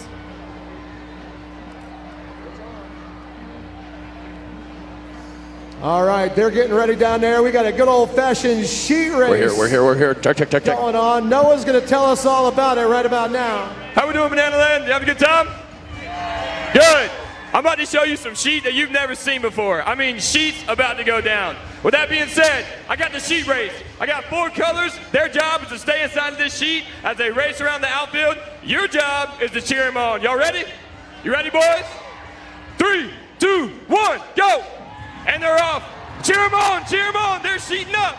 There's some sleepy boys and they're running. We got Brown taking the lead. The Brown sheet's in the lead. I can't hear you out there, crowd. They're doing a good job. Just keep your head in that sheet, Brown. Oh, Blue's taking the lead. He's coming out the sheet, though. Tanner Tom is going to be a distraction. They blow right. Green's down. Here we go. We're coming up to the end. Big finish, boys. Here we go. And a diving leap. Here we go. That sheet heat the fan. And I think, it's up to y'all, but I think Yellow's our winner. Let's give it up for him. On the mound for the Party Animals, Drew Gillespie. Another look at the photo finish. Nice head first dive there from Yellow to take the victory. And as you heard Shark said, Drew Gillespie, the new man on the mound, and we've got a mic on him. Drew, how you doing tonight? What's up, boys? How we living? Oh, we are living large. You've got yourself a 1-point lead. You're going to try and take this thing home. We're gonna try my best, brother. How's the weather up there, boys? Oh, it's delightful. We've got the window open, breeze coming in. It seems like a perfect night down on the field, too. It's a little chilly. Once you get moving, you start rolling. A little fastball in there to get them 0-1. We're going back fastball out here. Drew, if at any point you want me and Biko to call pitches for you, just know we're available. I love that. Oh, that's really bad. Good scoop by Taj, though. Yeah. It might be chilly for a kid out of Albuquerque, New Mexico, but this is tropical for us out of New York. I love that, Biko. Got him. Pick that. Yep. Here we go. Oh, my gosh. Oh, Hussein with a nice scoop. Swan couldn't reciprocate it, though. It's all right. We'll get a double play right here. No worries. An unfortunate trick play miss there for Jordan Hussein. Fielded that one on a hop and still went between the legs, which was wildly impressive. And unfortunately, just kind of short-armed that throw. Swan not able to scoop it. All right, time to pick up your defense, Drew. Here we go. Fastball again. Here we go. No, sir. Good work. Didn't get to it. Let's get a punch out right here. I think that's a great plan. I like it. What are y'all thinking up there? Nope. I like the curveball. Yeah, definitely off speed. We're staying hard here. See ya. Oh, we were wrong. Excellent execution, buddy. We're going to get a double play right here. Double play right here. Probably go cutter first pitch if Taj is feeling it. I like to go with the catcher's going with. He's been out here all day. I just joined the party, you know what I'm saying? Oh, I hear you there. That's good trust in your teammate. Favor double play. Oh, got in there. I like that. Boy, the movement on the heater is gnarly tonight. It's moving pretty good, huh? You guys got a pretty good angle up there. The best. I can't really see it. We'll mess with the glove a little bit. Oh, he's... That one didn't come out well, boys. I rushed myself. I saw Haas out of the corner of my eye. I know you saw him dancing. Yeah, he got me. He got me. Ooh, first off speed pitch. Here we go. Nope, that's really bad. We got to slow down, boys. Got to go back before you go forward. Here we go. Poetic. Yep. Hosley got a great jump on that one. Oh. That's okay, buddy. It sounded like... Duck. Correct. Good work. I knew he was going there, too. Dang it. It's all right. I got him. What's the 2-2 to Crosby? We're going to fastball out. We're going to make him think about it for a second. See ya. Oh. Bye. Well, you got some stinky cheese tonight, Drew. Don't you dare tell me what it is. I won't. Hey, bro, I didn't know we were doing stolen bags. This guy's a pitcher out here stealing a bag of another pitcher. Come on, man. Ooh. How about this? You've got Alex Ziegler coming up with the inning on the line, and you have seen this guy catch a pretty good barrel or two this tour. Yeah, man. You catch a barrel if you throw it out there. But today I'm going to get a ground ball to A-cup. Yeah, you're letting the fastball eat right now.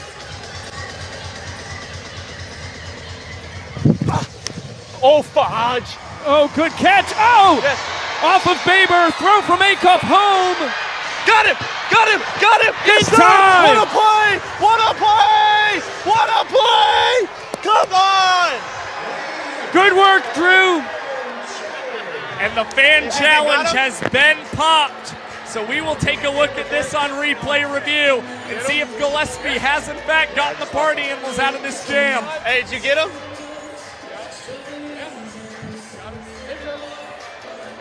Vincent Chapman says it's going to be the quickest replay in the world. He was so right. It's unbelievable. Baber deflects it to Acuff, and then the tag. Can't tell on that angle.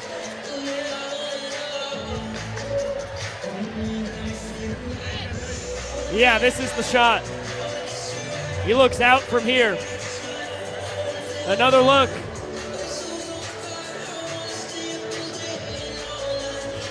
Yeah, No call chance. is going to stand. Call stands.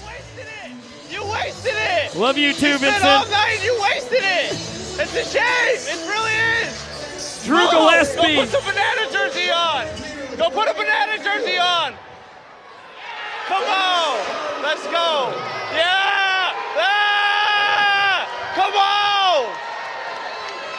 Thank you so much for joining us, Drew. You're a rock star. See you, boys. Guys fired up, talking trash to the crowd. Let's get it to the Party Animals correspondent, Drake Toll. Oh, well, you guys thought you were going to get Drake Toll, but you know Mr. Fluke couldn't go a weekend without hopping on the mic, baby. How we doing? We're down here. We got Drew's family here. I'm sitting with his pops. I just want to see what he has to say about that inning there. Oh, that was great. He finishes. No one's going to touch him. He's going to sell it all the way.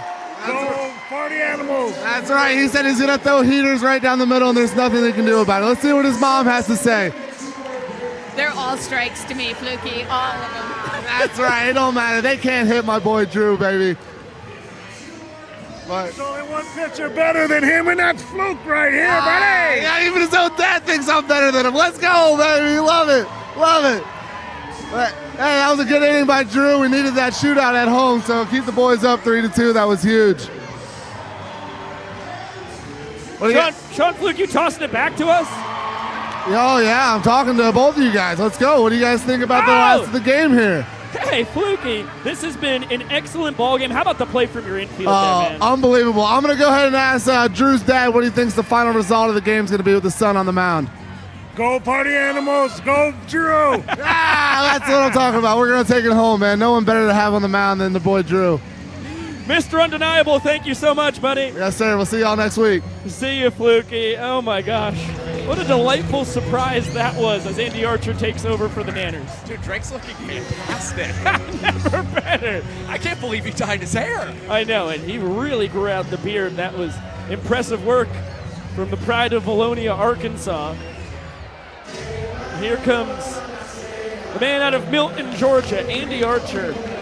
Had been nearly untouchable on the tour until he threw this past weekend about 20 minutes away from his hometown. We were up in Gwinnett County. And he's quickly ahead of Dalton Cornett here. I mean, if you throw that one outing out, he's been one of the best pitchers on the tour. Across his first 11 innings pitched, Archer had only allowed 9 hits to the Party Animals. In 2 innings pitched last weekend, he gave up 8 hits to the Animals. But here's the thing, we're already seeing it early tonight, which is a good sign. Archer needs to get ahead in counts to the Party Animals. He didn't get ahead in a single count in his first inning of work last weekend as Ryan Cox goes unbelievable with a trick play here and collects his 4th of the night for the Bananas. 44th of the season for the Glove Magician in a huge spot. Just barely able to nab DC3. The Party Animals used their challenge earlier in the night. And Bryson Bloomer was caught trying to steal third in the third. So they couldn't challenge that one. Looks like it was the correct call by Chris Walker over umpiring at first base either way. Chase Acuff, a very questionable choice to be the donut batter. He was the hardest man to strike out in all of Division II baseball in 2018 when he was at Eckerd College. He'll be content with the sprint here. He's 0 for 3 on the night, but the fans still donutless. Yeah, Archer just not a lot of control in that plate appearance, I should say, against Chase Acuff. All 4 pitches missing, and now again, this is where you rebound and you focus in on nailing the first pitch strike here to Tanner Thomas. He's just so much more comfortable and puts him in a much more advantageous state if he can get that first pitch strike. Chase now 5 ball, 4 sprints compared to 6 strikeouts on this tour after he had 18 sprints compared to 20 strikeouts across 68 games last year. Well, he's right about 1-1 there. That one just misses the outside corner as Tanner Thomas calls it a strike on himself, but it's a 2-0 count according to Vincent Chapman, whose opinion matters most. Now that one very similar spot, strike one. And I think once you hear Tanner possibly say that it's a called strike, you give a pitch like that right back to Andy Archer. Kind of a my bad. A make-up call. Now a 3-1 on Mr. Tinder Thomas. Acuff takes off. Big cut and a miss. Throw down to second. Not in time. And Chase a perfect 6 for 6 on the tour in his tries at steals. Yeah, when Chase Acuff is on the base pass, he's not afraid to be running for these party animals. He's going to spray paint the bag pink after swiping the bag, too. Looking mostly brown from up here. That thing smothered in dirt. Thomas works the sprint. Uncharacteristic wildness here from Archer, who normally fills up the zone with his 3 fastball mix, 4-seam, 2-seam, and cutter, with the split changeup being his only off-speed weapon. The party animals, who lead by 1 point here in the 8th, jump ahead with a run here in the top of the inning. Acuff just scored for the 19th time on the tour. I mean, he has been an unbelievable weapon, primarily out of the 7-hole, and ever since Gwinnett County occupying that 5 spot.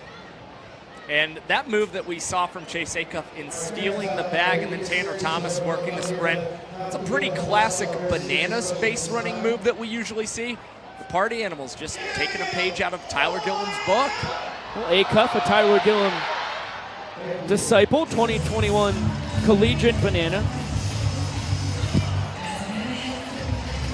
And as you see, the split change up there ended up and in the middle of the zone.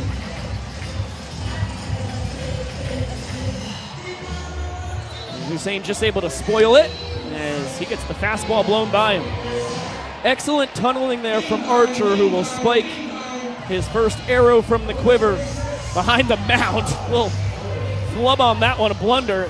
I mean, was it freezing cold last night? 3rd time's a charm for Andy. At least you could see with Andy Archer all smiles, laughing that one off after it took him a minute to get the arrow spiked there behind the mound. 1-0 count on Taj Porter. A single, a 2-run ball for sprint.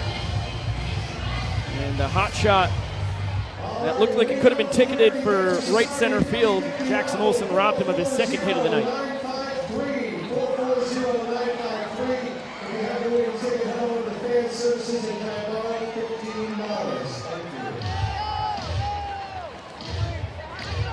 Tanner faked the steal there, so Eric Jones Jr. ready to come up throwing. He holds off. Now Deuce is wild. Job by Porter there, able to spoil that one. Gnarly 2-seam from Archer. And overall, just a really nice approach from Taj Porter tonight at the bottom of this order with a single and a ball 4 sprint that resulted in 2 runs batted in. How about this? The party animals trying the exact same play that we saw out of Chase Acuff once again. Tanner Thomas stealing second base, and now Porter draws the ball 4 sprint. It'll be Thomas coming around to score a 2nd run in the inning. 3rd swiped bag for Tinder Thomas as Archer gets the K. Another perfectly located 2-seamer. Trackman had that one at 90, right on the dot. And he will spike another arrow. Party Animals push home a run on the pair of sprints as we get another look at the 2nd K of the inning for Archer. Porter shortening up the swing, but still not able to catch up to the gas. Bananas will need 1 run in the bottom of the 8th to tie the inning and keep it at just a 1-point deficit. 2 runs to win the frame and even up the game at 3 points apiece going into will be our 9th and final inning. Right now, about 13.5 minutes left on the clock, and we turn historic Grayson Stadium yellow. It is a beautiful sight. Now our 5th game from the 9-1-2 so far on the tour.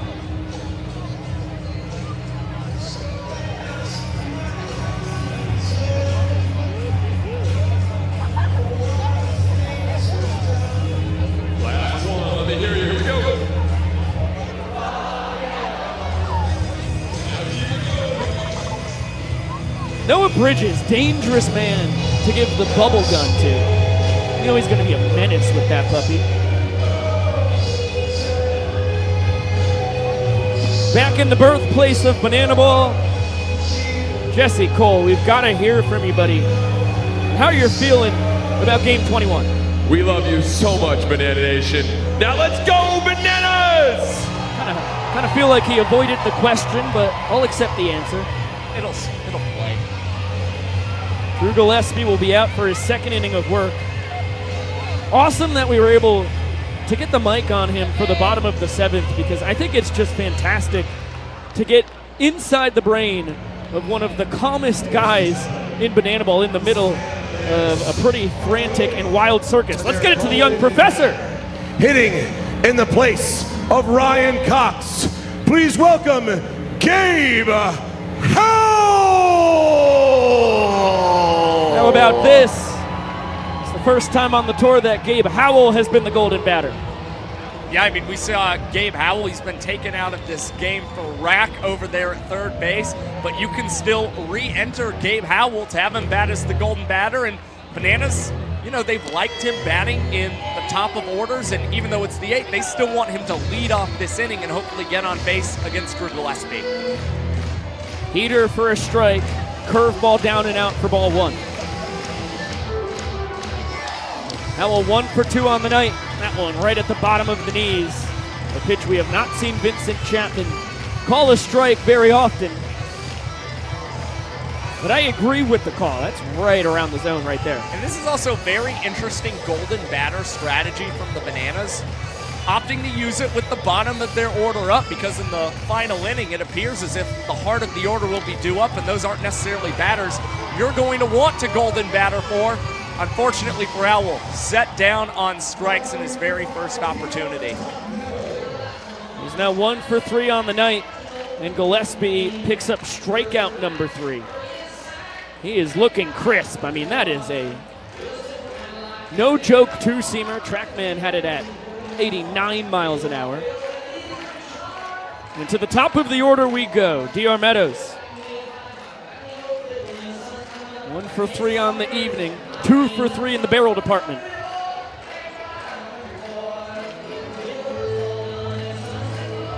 Oh, I don't know where that missed. I think it had so much movement to it, it fooled Vincent Chapman just like it fooled David Ray Meadows.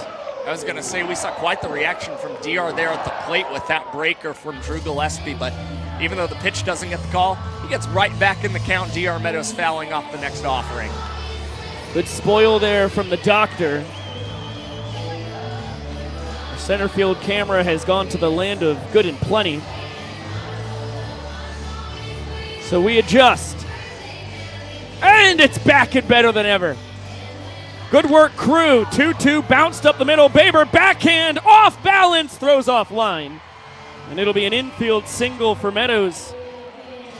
He has retied Reese Hampton atop the hit leaderboard with 29. It's the speed of DR Meadows at work there, hitting this one up the middle. Dustin Baber having to go over his body with the throw there, and just no chance to get the speedy Meadows, who will probably try and get very aggressive here on the bases. You already see Adam Byron talking to him, coaching him up there in the first base coach's box.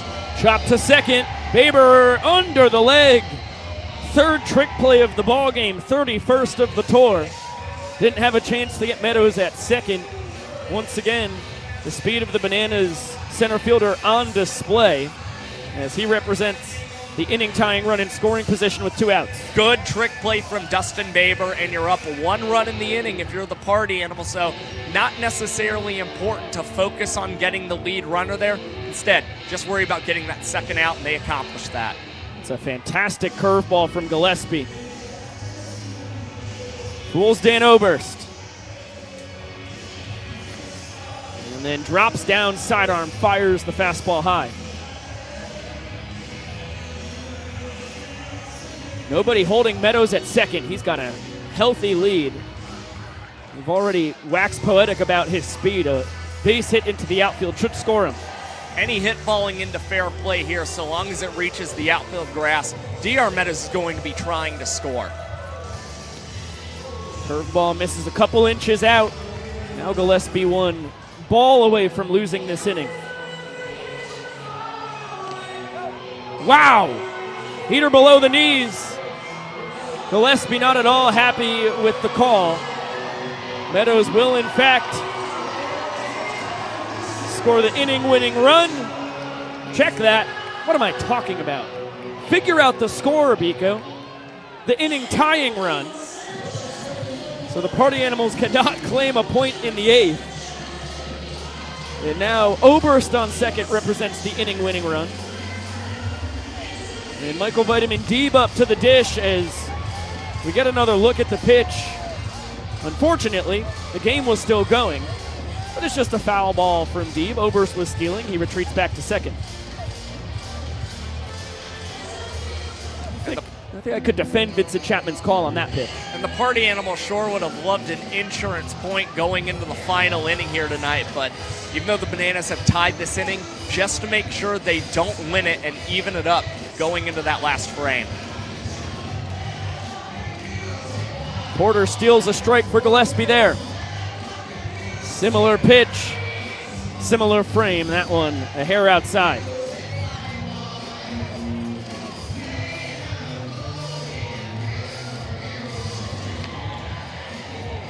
Good fight there by Deeb. Had to spray that one foul. Too close to take.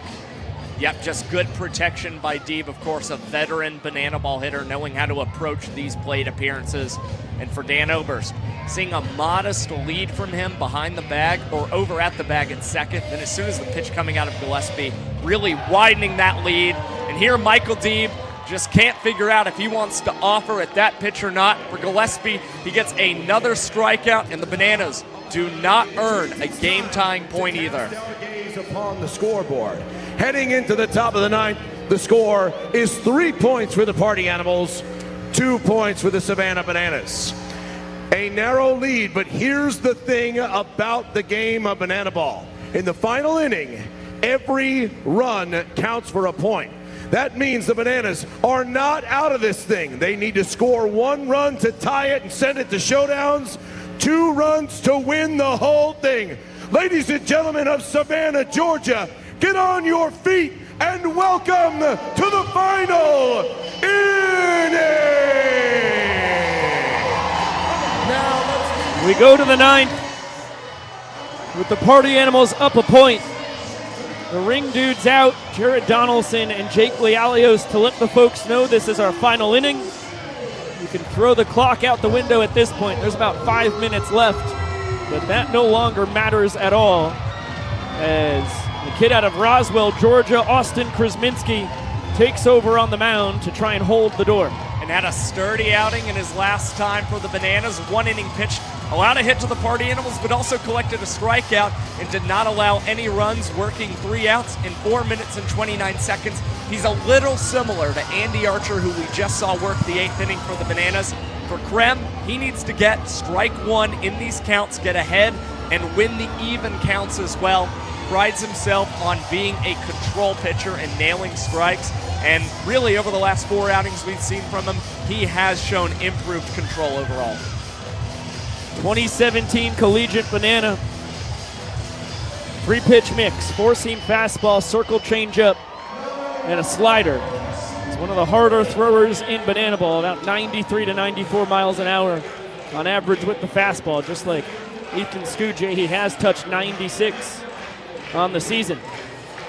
It's going to be 9, 10, and 1 for the Party Animals. Dustin Baber, Jason Swan, and then at the top, Reese Hampton. And we still have not seen the Party Animals use their golden batter tonight as Dustin Baber goes first pitch swinging, racked with a nice sliding play over there at third base. A huge first out for Austin Krasminski. And going back to the golden batter, the Party Animals are able to get a runner on, then you possibly see if they try and play golden batter. If nobody's able to get on, don't think that they will use it here in the top of the 9th. Jason Swan immediately hit by the pitch on Krem's second of the inning.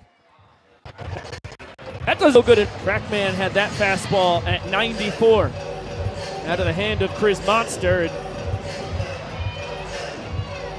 Now Jason Swan wrapped up in bubble wrap Brett Hilton making sure that Swanee cannot get any further injuries from the banana ball.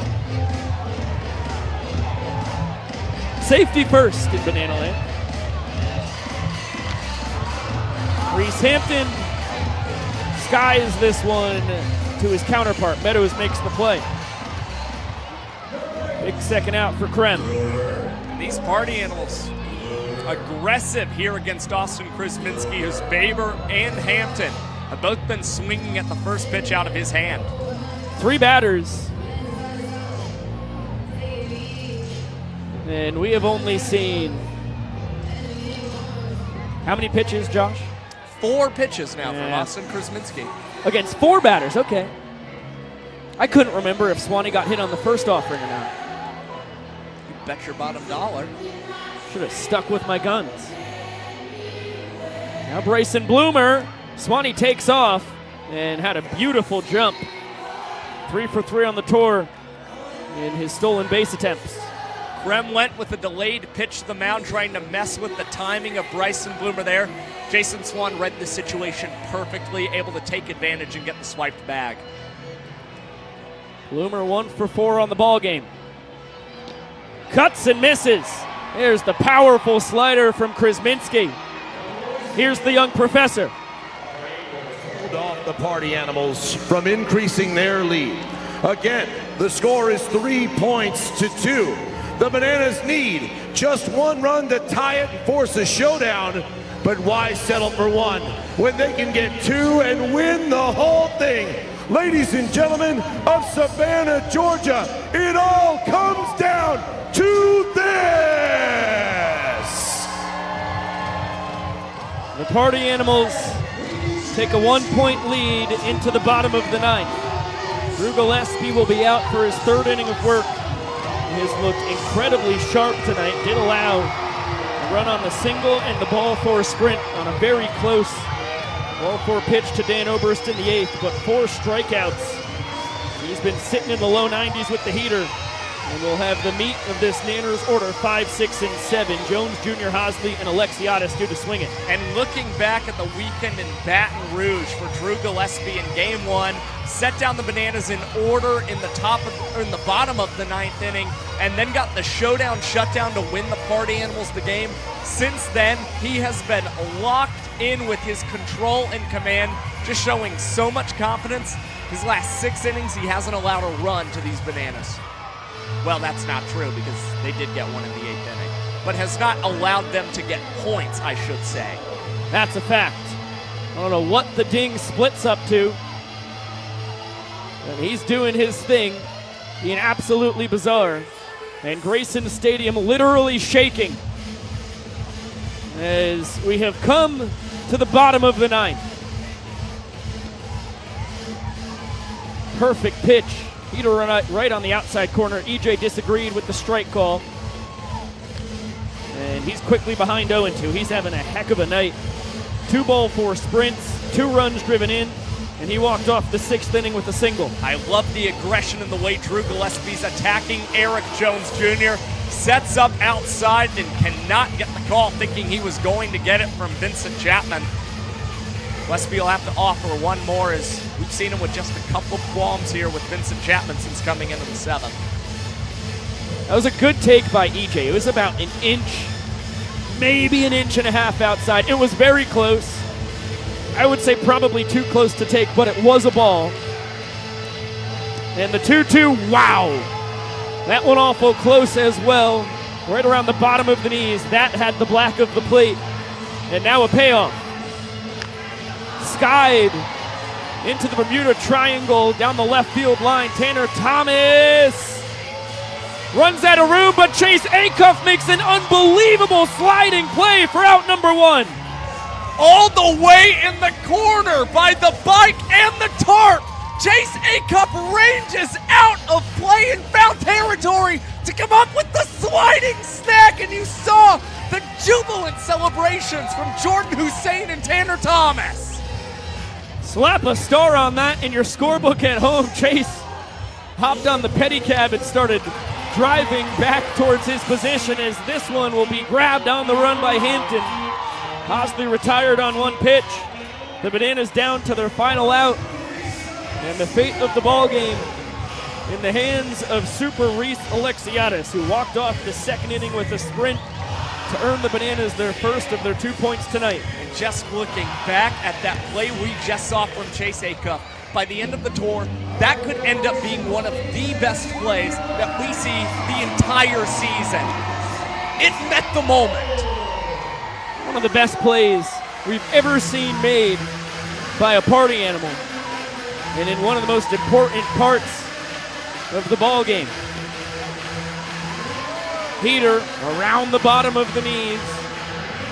It's been a gray area when it comes to balls and strikes tonight. Similar pitch, different call. 3-1 now on Alexiadis. But this is what you've talked about on tonight's broadcast, Biko. Drew Gillespie setting up to go low there on Reese Alexiadis, and that's just not a spot that we've seen Vincent Chapman calling. Drew has been living away from these powerful righties. Unbelievable control shown by the Albuquerque kid. Bananas down to their final strike. This one hit a mile high, but Thomas has a beat on it. And the Party Animals win this one 3-2. Gillespie, 3 innings of incredible relief as the bad boys of Bananaland improve to 9-12 and have won their first game in Grayson Stadium on the tour. A gritty win tonight for the Party Animals, and they finally snapped the Bananas winning streak here in Grayson Stadium as well. It ends at 4 straight to kick off the year. And as we head into a mini break for the holiday this weekend, the next time you'll see Banana Ball this coming Thursday, right back here from the hostess city of the South. It'll be Thursday, Friday, and Saturday night.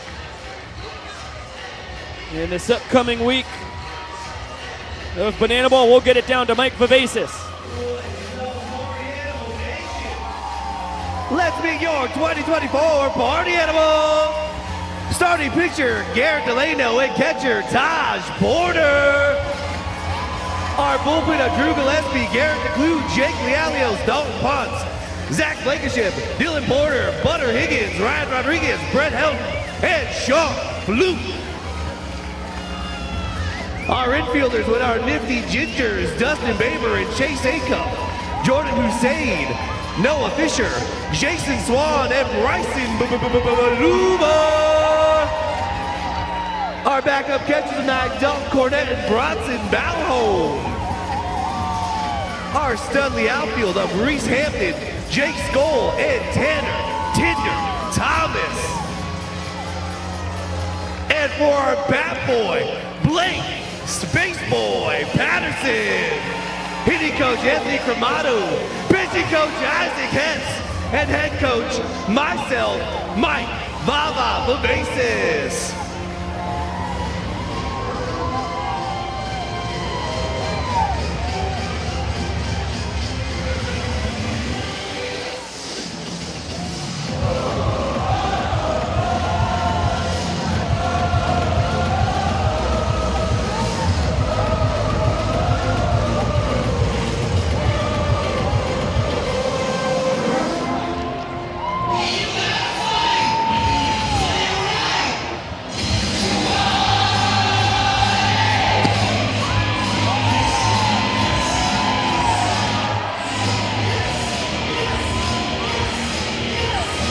Gutsy win from the boys in black and pink. They have finally found a victory in their 5th ball game against the Bananas in historic Grayson Stadium on the tour. Welcome back inside the broadcast booth. Josh Talevsky, Biko Scala, thank you all so much for spending your Big Tiger Friday with us here in virtual Bananaland. Heck of a win for the Party Animals. What had been an Achilles heel this season for the Party Animals finally became a strength tonight. The bullpen won them this ball game. 5 different relief pitchers come out for them. Only one gives up a walk-off to the Savannah Bananas. And across the entire game, when we talk about all the pitchers who were in this ball game for the Party Animals, Bananas were only able to get 7 hits against these guys, and none of them went for extra bases as well. 2 big reasons the Party Animals were able to get this much-needed win. Yeah, after Garrett Delano pitches across the first 2 innings, Vava goes Higgins, Porter, DeClue, Lealios, and Gillespie for the last 3. And we've got to talk about Drew Gillespie because he threw one of the 5 complete games in the 9 straight wins for the Party Animals last year to close out the tour. But boy, oh boy, he is really making a role for himself as a guy who can handle the most important ball games every single week, or the most important innings of at least one ball game every single week. Well, last year in 2023, Drew Gillespie came into Banana Ball in the middle of the season and immediately was one of those go-to back-end bullpen guys, and they needed it very badly. And for Gillespie, they were throwing him out in showdowns very early, and he was getting the showdown shutdowns. He got 60% of the time he was getting showdown shutdowns against the Bananas last season. And of course, he just became more of a problem once the Party Animals were giving him spot starts as well. Now, this season had to work out a couple kinks early on against this team, and now he has really found his groove once again, pounding the zone, not giving up ball four sprints, and working out there on the mound with confidence, aggression, and so much funkiness as well. Not only do you see him moving as he's pitching, but what's more, mixing up the arm angles and messing with batters' timing as well. Oh, well, he's the guy who was built for Banana Ball. I mean, he lives in the low 90s with the fastball. He can throw from a variety of arm slots, and he has pinpoint control with a variety of pitches. And we have to shout out Connor Higgins, Dylan Porter, and Garrett DeClue because they handled the 3rd, 4th, and 5th inning in that order, and they held serve each and every time. And look, Mike Vivacus knew that this was going to be a bullpen game. He wanted his guys to all get some reps in before this Easter holiday and a little bit more of an extended time off for his team, and they really provided. Again, it was good for them to work out more things that they've been trying to improve upon, and we saw it on the field. Of course, I mean, really impressive that Connor Higgins was able to have such a successful outing considering it was the first time he had appeared in a game since February due to injury out there on the field, getting stitches in his finger.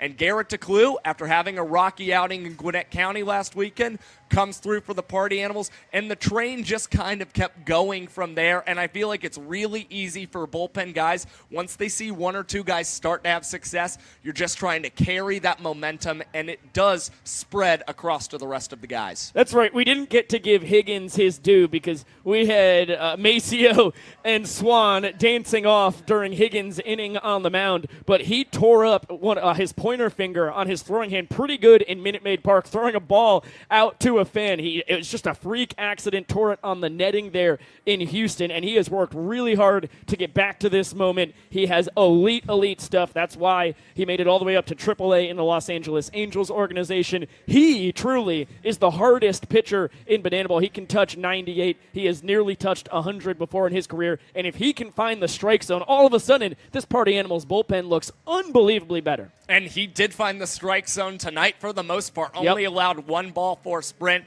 and we've seen a couple rockier outings across his Banana Ball career. But again, location was what we saw from these pitchers, and they worked quickly. Most of these innings completed by the relievers in less than 4 minutes. Unbelievable stuff. Gutsy win from the Animals tonight. They are now 9-12 on the tour.